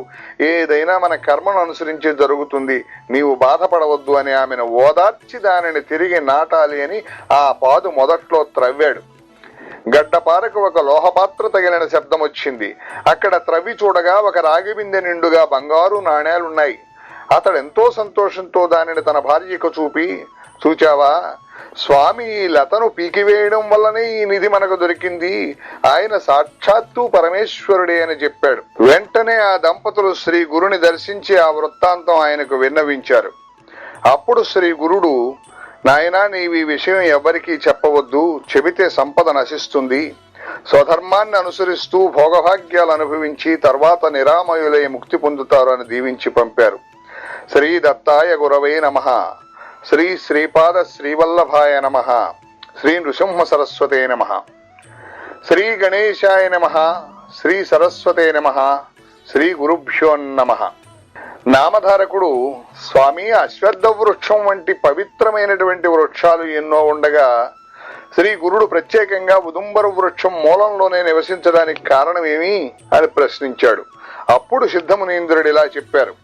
పూర్వము నరసింహస్వామి అవతరించి హిరణ్యకశిపుణ్ణి చంపినప్పుడు ఆ రాక్షసుని కడుపులోనున్న దుష్టమైన రక్తం స్వామి చేతి గోళ్లకంటుకుని ఆయన గోళ్లు విపరీతంగా మంటలు పుట్టసాగాయి. అప్పుడు లక్ష్మీదేవి మేడి పండ్లతోనూ ఆకులతోనూ ఆ బాధ నివారింపజేసింది. అందుకు స్వామి సంతోషించి ఆ వృక్షాన్ని, నిన్ను భక్తితో సేవించిన వారికి విషబాధ తొలగునుగాక, నిన్ను పూజించిన వారి పాపాలు నశించి అభీష్టాలు నెరవేరుతాయి, నీ నీడను చేసిన జపధ్యానాదులకు అపారమైన ఫలితం ఉంటుంది, మేమిద్దరము నీ యందు నివసిస్తాము అని వరమిచ్చాడు. ఆ వరాన్ని అనుసరించే భగవంతుడైన శ్రీ గురుడు ఆ చెట్టు క్రింద నివసించారు. నేటికి ఆ వృక్షంలో శ్రీ దత్తాత్రేయుడైన శ్రీ గురుడు నివసిస్తూ ఉంటారు. శ్రీ గురుడు అక్కడ నివసిస్తున్న రోజులలో అమరేశ్వరుని సన్నిధిలో ఉన్న 40 మంది యోగినులు మధ్యాహ్న సమయంలో ఉదుంబర వృక్షం క్రిందనున్న శ్రీ గురుని దర్శించి తమ ఆశ్రమానికి తీసుకుని వెళ్లి యథావిధిగా పూజించి ఆయనకు భిక్ష ఇవ్వసాగారు. ఆయన వారి భిక్షను స్వీకరించి మరలా వచ్చి ఆ వృక్ష మూలంలో కూర్చుంటూ ఉండేవారు. అమరపురంలోని విప్రులకు స్వామి నిత్యము భిక్ష కోసం తమ గ్రామానికి రాకపోవడం వింతగా తోచేది. ఆయన ఆ అడవిలో నిరాహారిగా ఎలా జీవిస్తున్నారో అర్థం కాలేదు. వారు ఆ రహస్యాన్ని తెలుసుకోదలచి ఒక మనిషిని అందుకు నియమించారు. అతడు దాగి ఉండి మధ్యాహ్న సమయంలో స్వామిని గమనించాలి అని ప్రయత్నిస్తూ ఉండేవాడు. కానీ ఆ సమయం అయ్యేసరికి అతనికి ఒక మహాత్ముని రహస్యం తెలుసుకోబోనడం మహాపాపమని తోచి విపరీతమైన భయం వేస్తూ ఉండేది.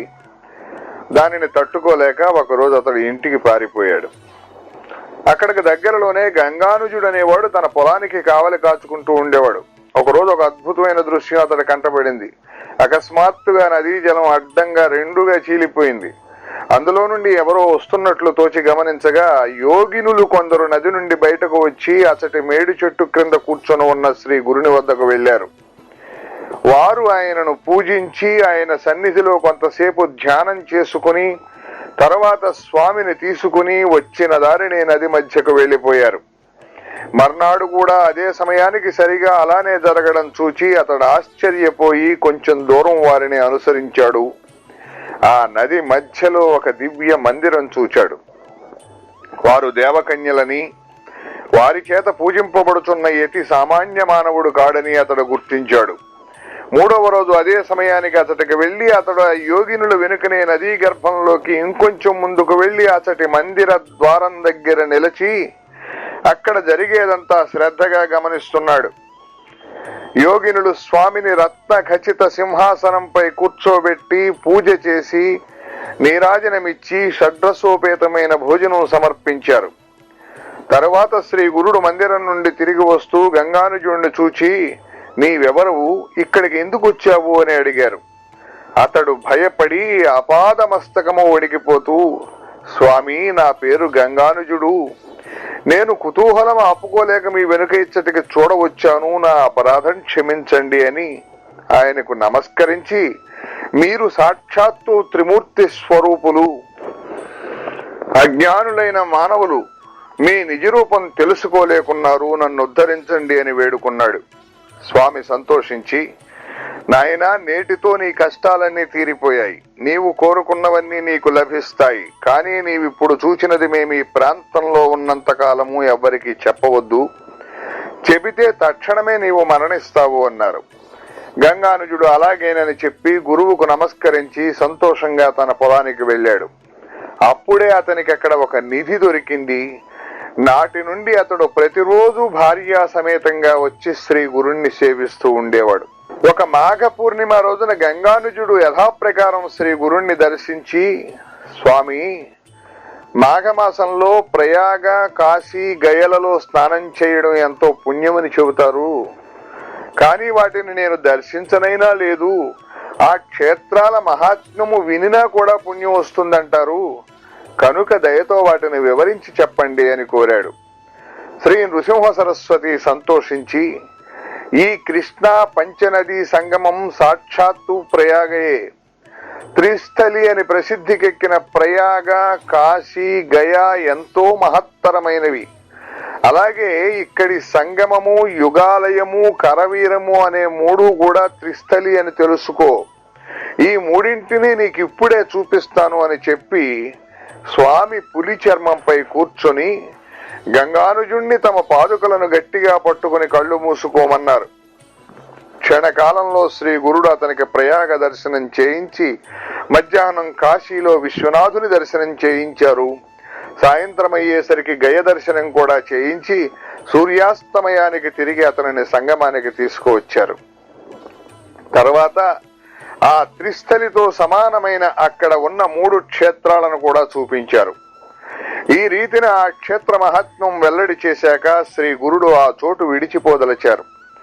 ఆ సంగతి విని యోగినులు ఆయనను దర్శించి నమస్కరించి, ప్రభు, మీ సేవకులమైన మమ్మల్ని వదిలిపెట్టి ఎక్కడకు పోతారు అని విలపించారు. శ్రీ గురుడు వారిని ఊరడించి, లోకుల దృష్టికి వెళ్ళినట్లు కనిపించినా మేము నిజానికి అదృశ్యంగా ఈ ఉదుంబర వృక్షంలోనే ఎల్లప్పుడూ ఉంటాం. మీరు కూడా మనోహరమైన ఈ కల్పవృక్షంలోనే నివసించండి. అమరపురానికి తూర్పు దిశన మా నివాసమైన ఈ క్షేత్రం లోక ప్రసిద్ధమవుతుంది. ఇక్కడ అన్నపూర్ణాదేవిని కూడా మేము ప్రతిష్ఠిస్తాము. మమ్మల్ని, ఈ ఉదుంబర వృక్షాన్ని, మా పాదుకులను, ద్విజులను పూజించి ఇచ్చట తీర్థాలలో స్నానం చేసిన వారికి సర్వ పాపాలు నశించి అపారమైన పుణ్యం సమకూడి కోరినవన్నీ నెరవేరుతాయి. ఈ వృక్షం క్రింద చేసిన జపము, హోమము, రుద్రాభిషేకము మొదలైన సత్కర్మలకు 1,000,000 రెట్లు ఫలం ఉంటుంది. ఇచ్చటి పాదుకులను పూజించి నెమ్మదిగా ప్రదక్షిణలు చేసి ప్రతి ప్రదక్షిణానికి చివర నమస్కారం చేసిన వారికి సర్వ రోగాలు నశిస్తాయి అని చెప్పి శ్రీ గురుడు ఆశ్వయుజ బహుళ ద్వాదశి నాడు గంధర్వ నగరంలోని భీమా అమరజ సంగమానికి వెళ్లారు. శ్రీ నరసింహ సరస్వతి స్వామి విశ్వరూపుడైన జగన్నాథుడు. ఆయన సర్వవ్యాపి అయినప్పటికీ ఈ ఉదుంబర వృక్షంపై ప్రేమతో దాని క్రింద నిత్య నివాసము చేస్తూనే ఉన్నారు. శ్రీ దత్తాయ గురవే నమః, శ్రీ శ్రీపాద శ్రీవల్లభాయ నమః, శ్రీ నృసింహ సరస్వతే నమః, శ్రీ గణేశాయ నమః, శ్రీ సరస్వతే నమః, శ్రీ గురుభ్యో నమః. నామధారకుడు సిద్ధమునికి నమస్కరించి, స్వామి, శ్రీ గురుడు గంధర్వపురానికి వెళ్లిన తరువాత కూడా అమరపురంలోని ఉదుంబర వృక్షం క్రింద నివసిస్తూ భక్తుల కోరికలను నెరవేరుస్తున్నారని చెప్పారు కదా, అటువంటి అనుభవం ఎవరికైనా కలిగినదా అని అడిగాడు. సిద్ధముని సంతోషించి ఇలా చెప్పసాగారు. నాయనా, అటువంటి నిదర్శనాలు ఎన్నో ఉన్నాయి. అవన్నీ చెప్పడం ఎవ్వరి తరము కాదు. అయినా ఒక్క నిదర్శనం మాత్రం చెబుతాను, విను. శిరోల అనే గ్రామంలో వేదశాస్త్ర పరాయణుడు ఉదారుడు అయిన గంగాధరుడు అనే బ్రాహ్మణుడు ఉండేవాడు. అతని భార్య శాంతాదేవి మహాపతివ్రత. ఆమెకు 5 కొడుకులు పుట్టారు గాని ఒక్కరు కూడా దక్కలేదు.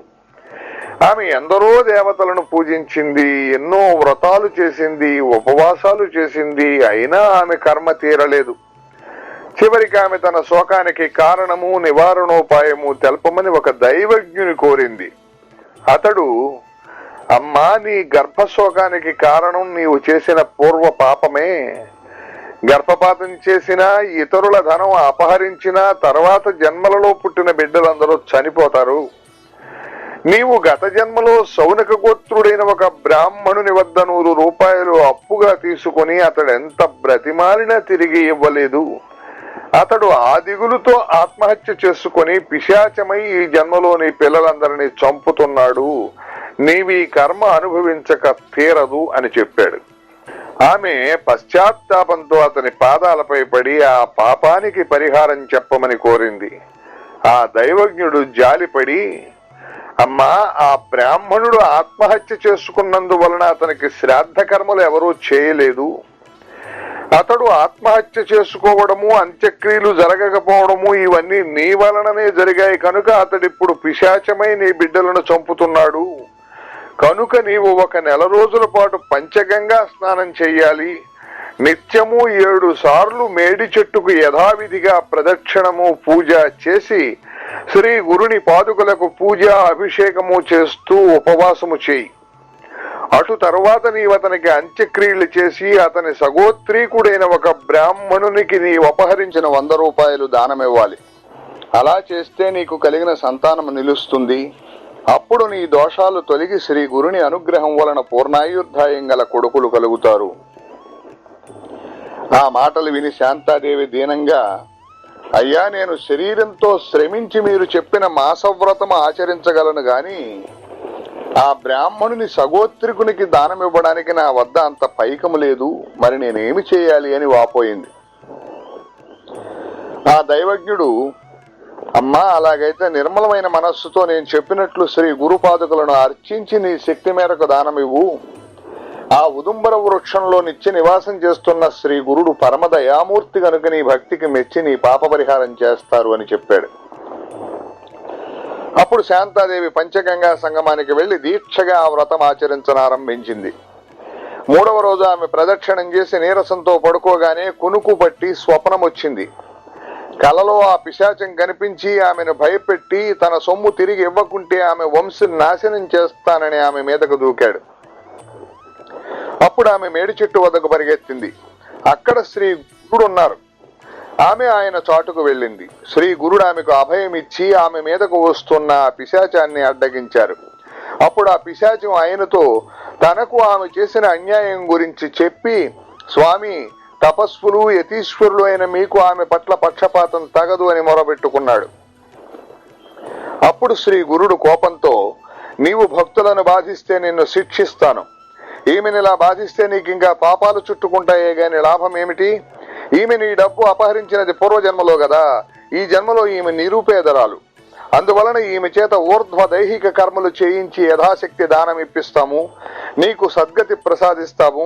మేము చెప్పినది నీకు నచ్చితే సరే, లేకపోతే నీకు ఈ దుస్థితి తప్పదు. మేము మాత్రము ఈమెను రక్షించి తీరుతాము అన్నారు.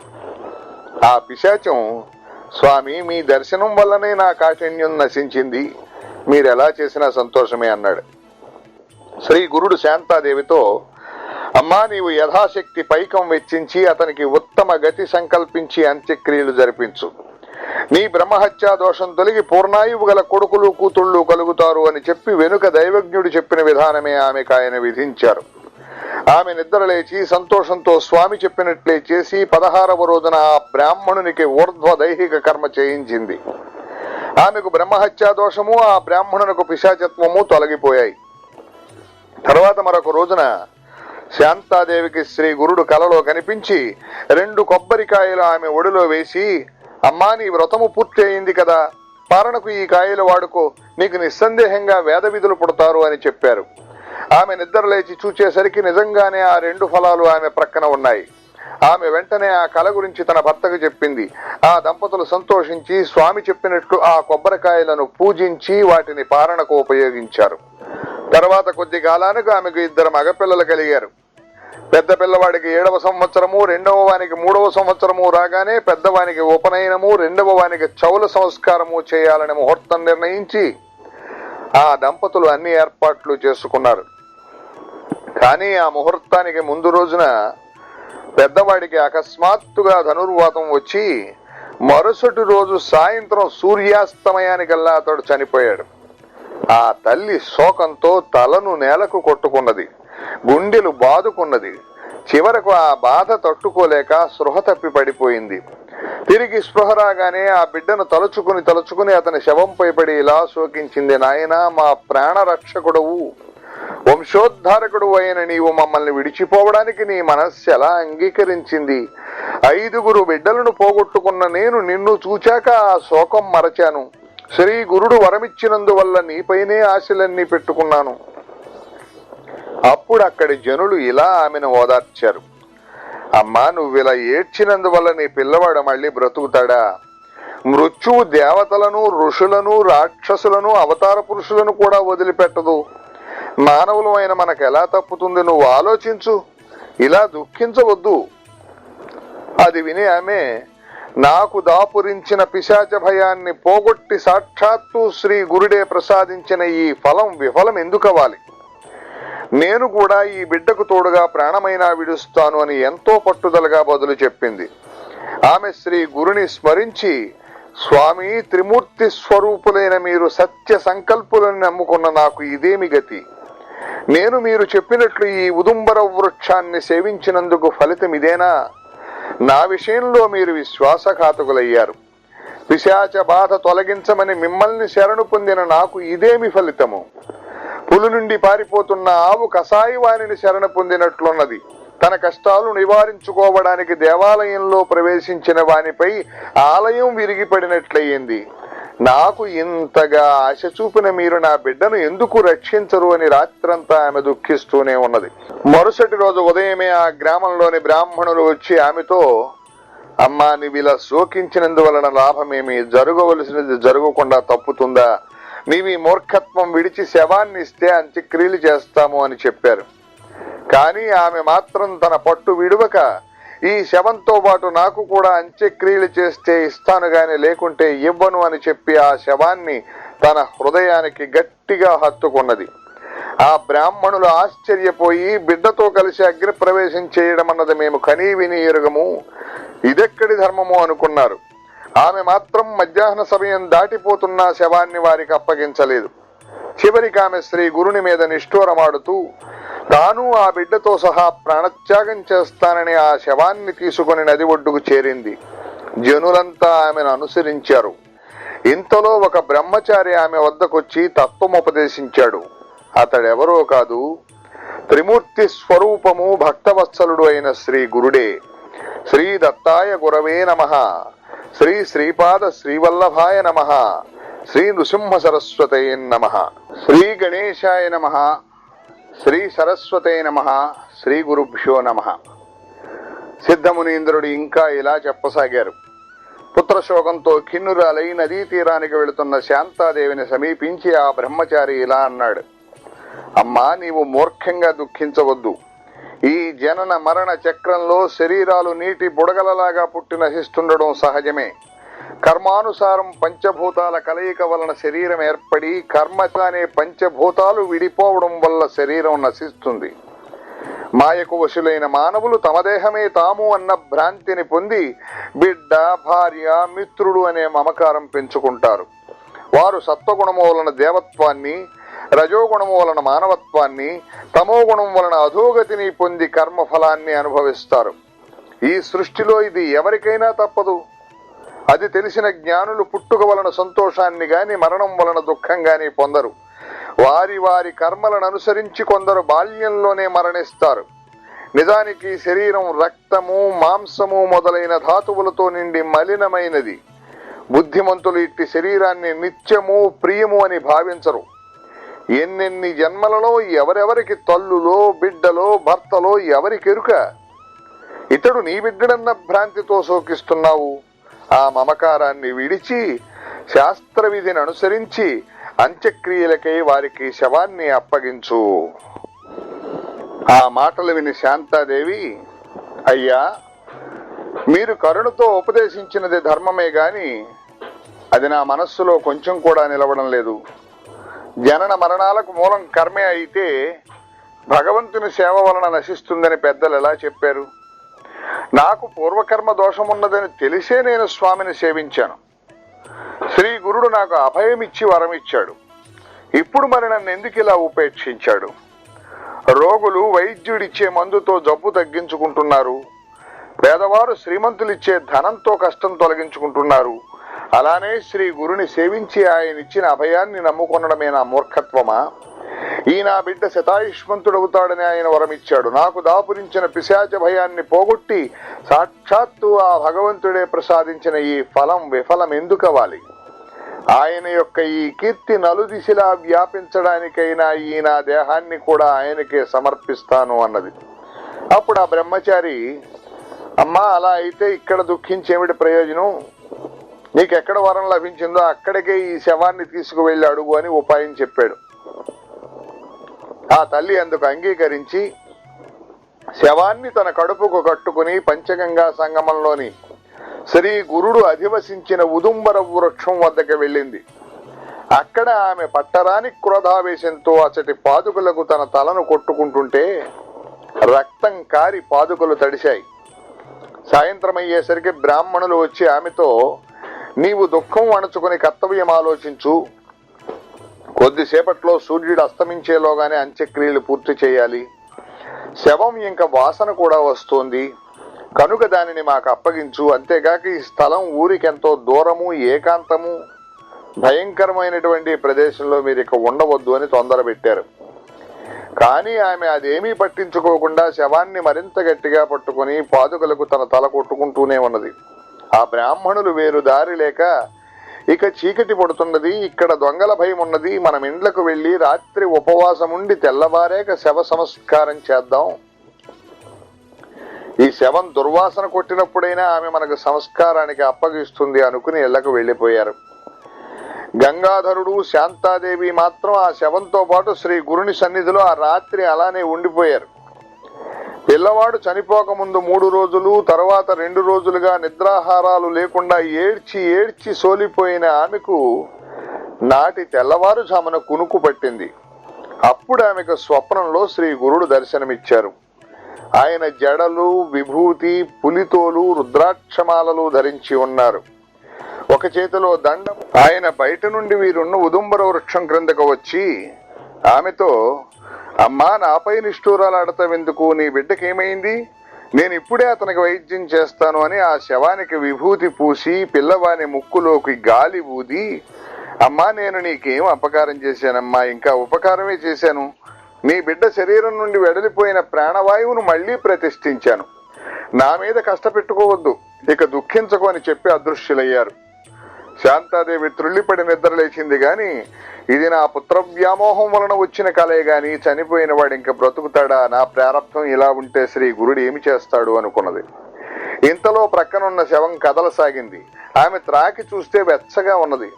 ఇంతలోనే ఆమెకు ఆ శరీరంలో ఏదైనా భూతం ఆవేశించిందేమో నడిపించే భయం వేసి దూరంగా వెళ్ళింది. కానీ ఆ పిల్లవాడు లేచి కూర్చుని, అమ్మా ఆకలేస్తోంది, అన్నం పెట్టు అని ఏడుస్తూ ఆమె వద్దకొచ్చాడు. ఆమెకప్పుడు అద్భుతంగా స్తన్యం వచ్చింది. ఆమె బిడ్డకు పాలిచ్చి భర్తను నిద్రలేపి జరిగినదంతా వివరించింది.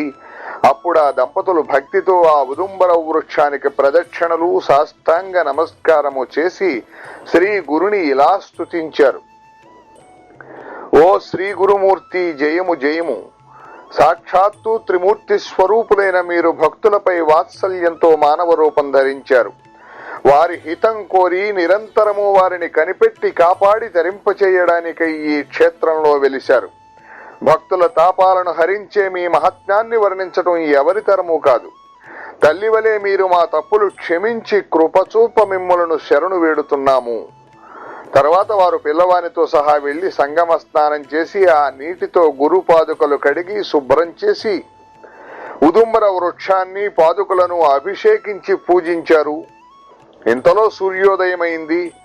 శవదహనం కోసమని గ్రామం నుండి వచ్చిన బ్రాహ్మణులు ఆ బాలుడు బతికి ఉండడం చూచి ఆశ్చర్యపడి శ్రీ గురు మహిమను కొనియాడారు. ఆ దంపతులు ఆనందంతో బ్రాహ్మణులకు భోజనాలు పెట్టారు. తర్వాత ఆ పిల్లవాడు విద్యా వినయ సంపన్నుడు, దీర్ఘాయువు, భాగ్యవంతుడు అయ్యాడు. కనుక నామధారక, ఈ క్షేత్ర మహిమను వర్ణించడం ఎవరి తరము కాదు. అచ్చటి మేడి చెట్టు మూలంలో శ్రీ గురుడు నిశ్చయంగా నిత్య నివాసం చేస్తున్నారు. అక్కడ ఆయనను భక్తితో సేవించిన వారికి కోరినవన్నీ నెరవేరుతాయి, సందేహమే లేదు. అందుకే అచ్చటి మేడి చెట్టు సాక్షాత్తు కల్పవృక్షమే. శ్రీ దత్తాయ గురవే నమః. శ్రీ శ్రీపాద శ్రీవల్లభాయ నమః. శ్రీ నృసింహ సరస్వతే నమః.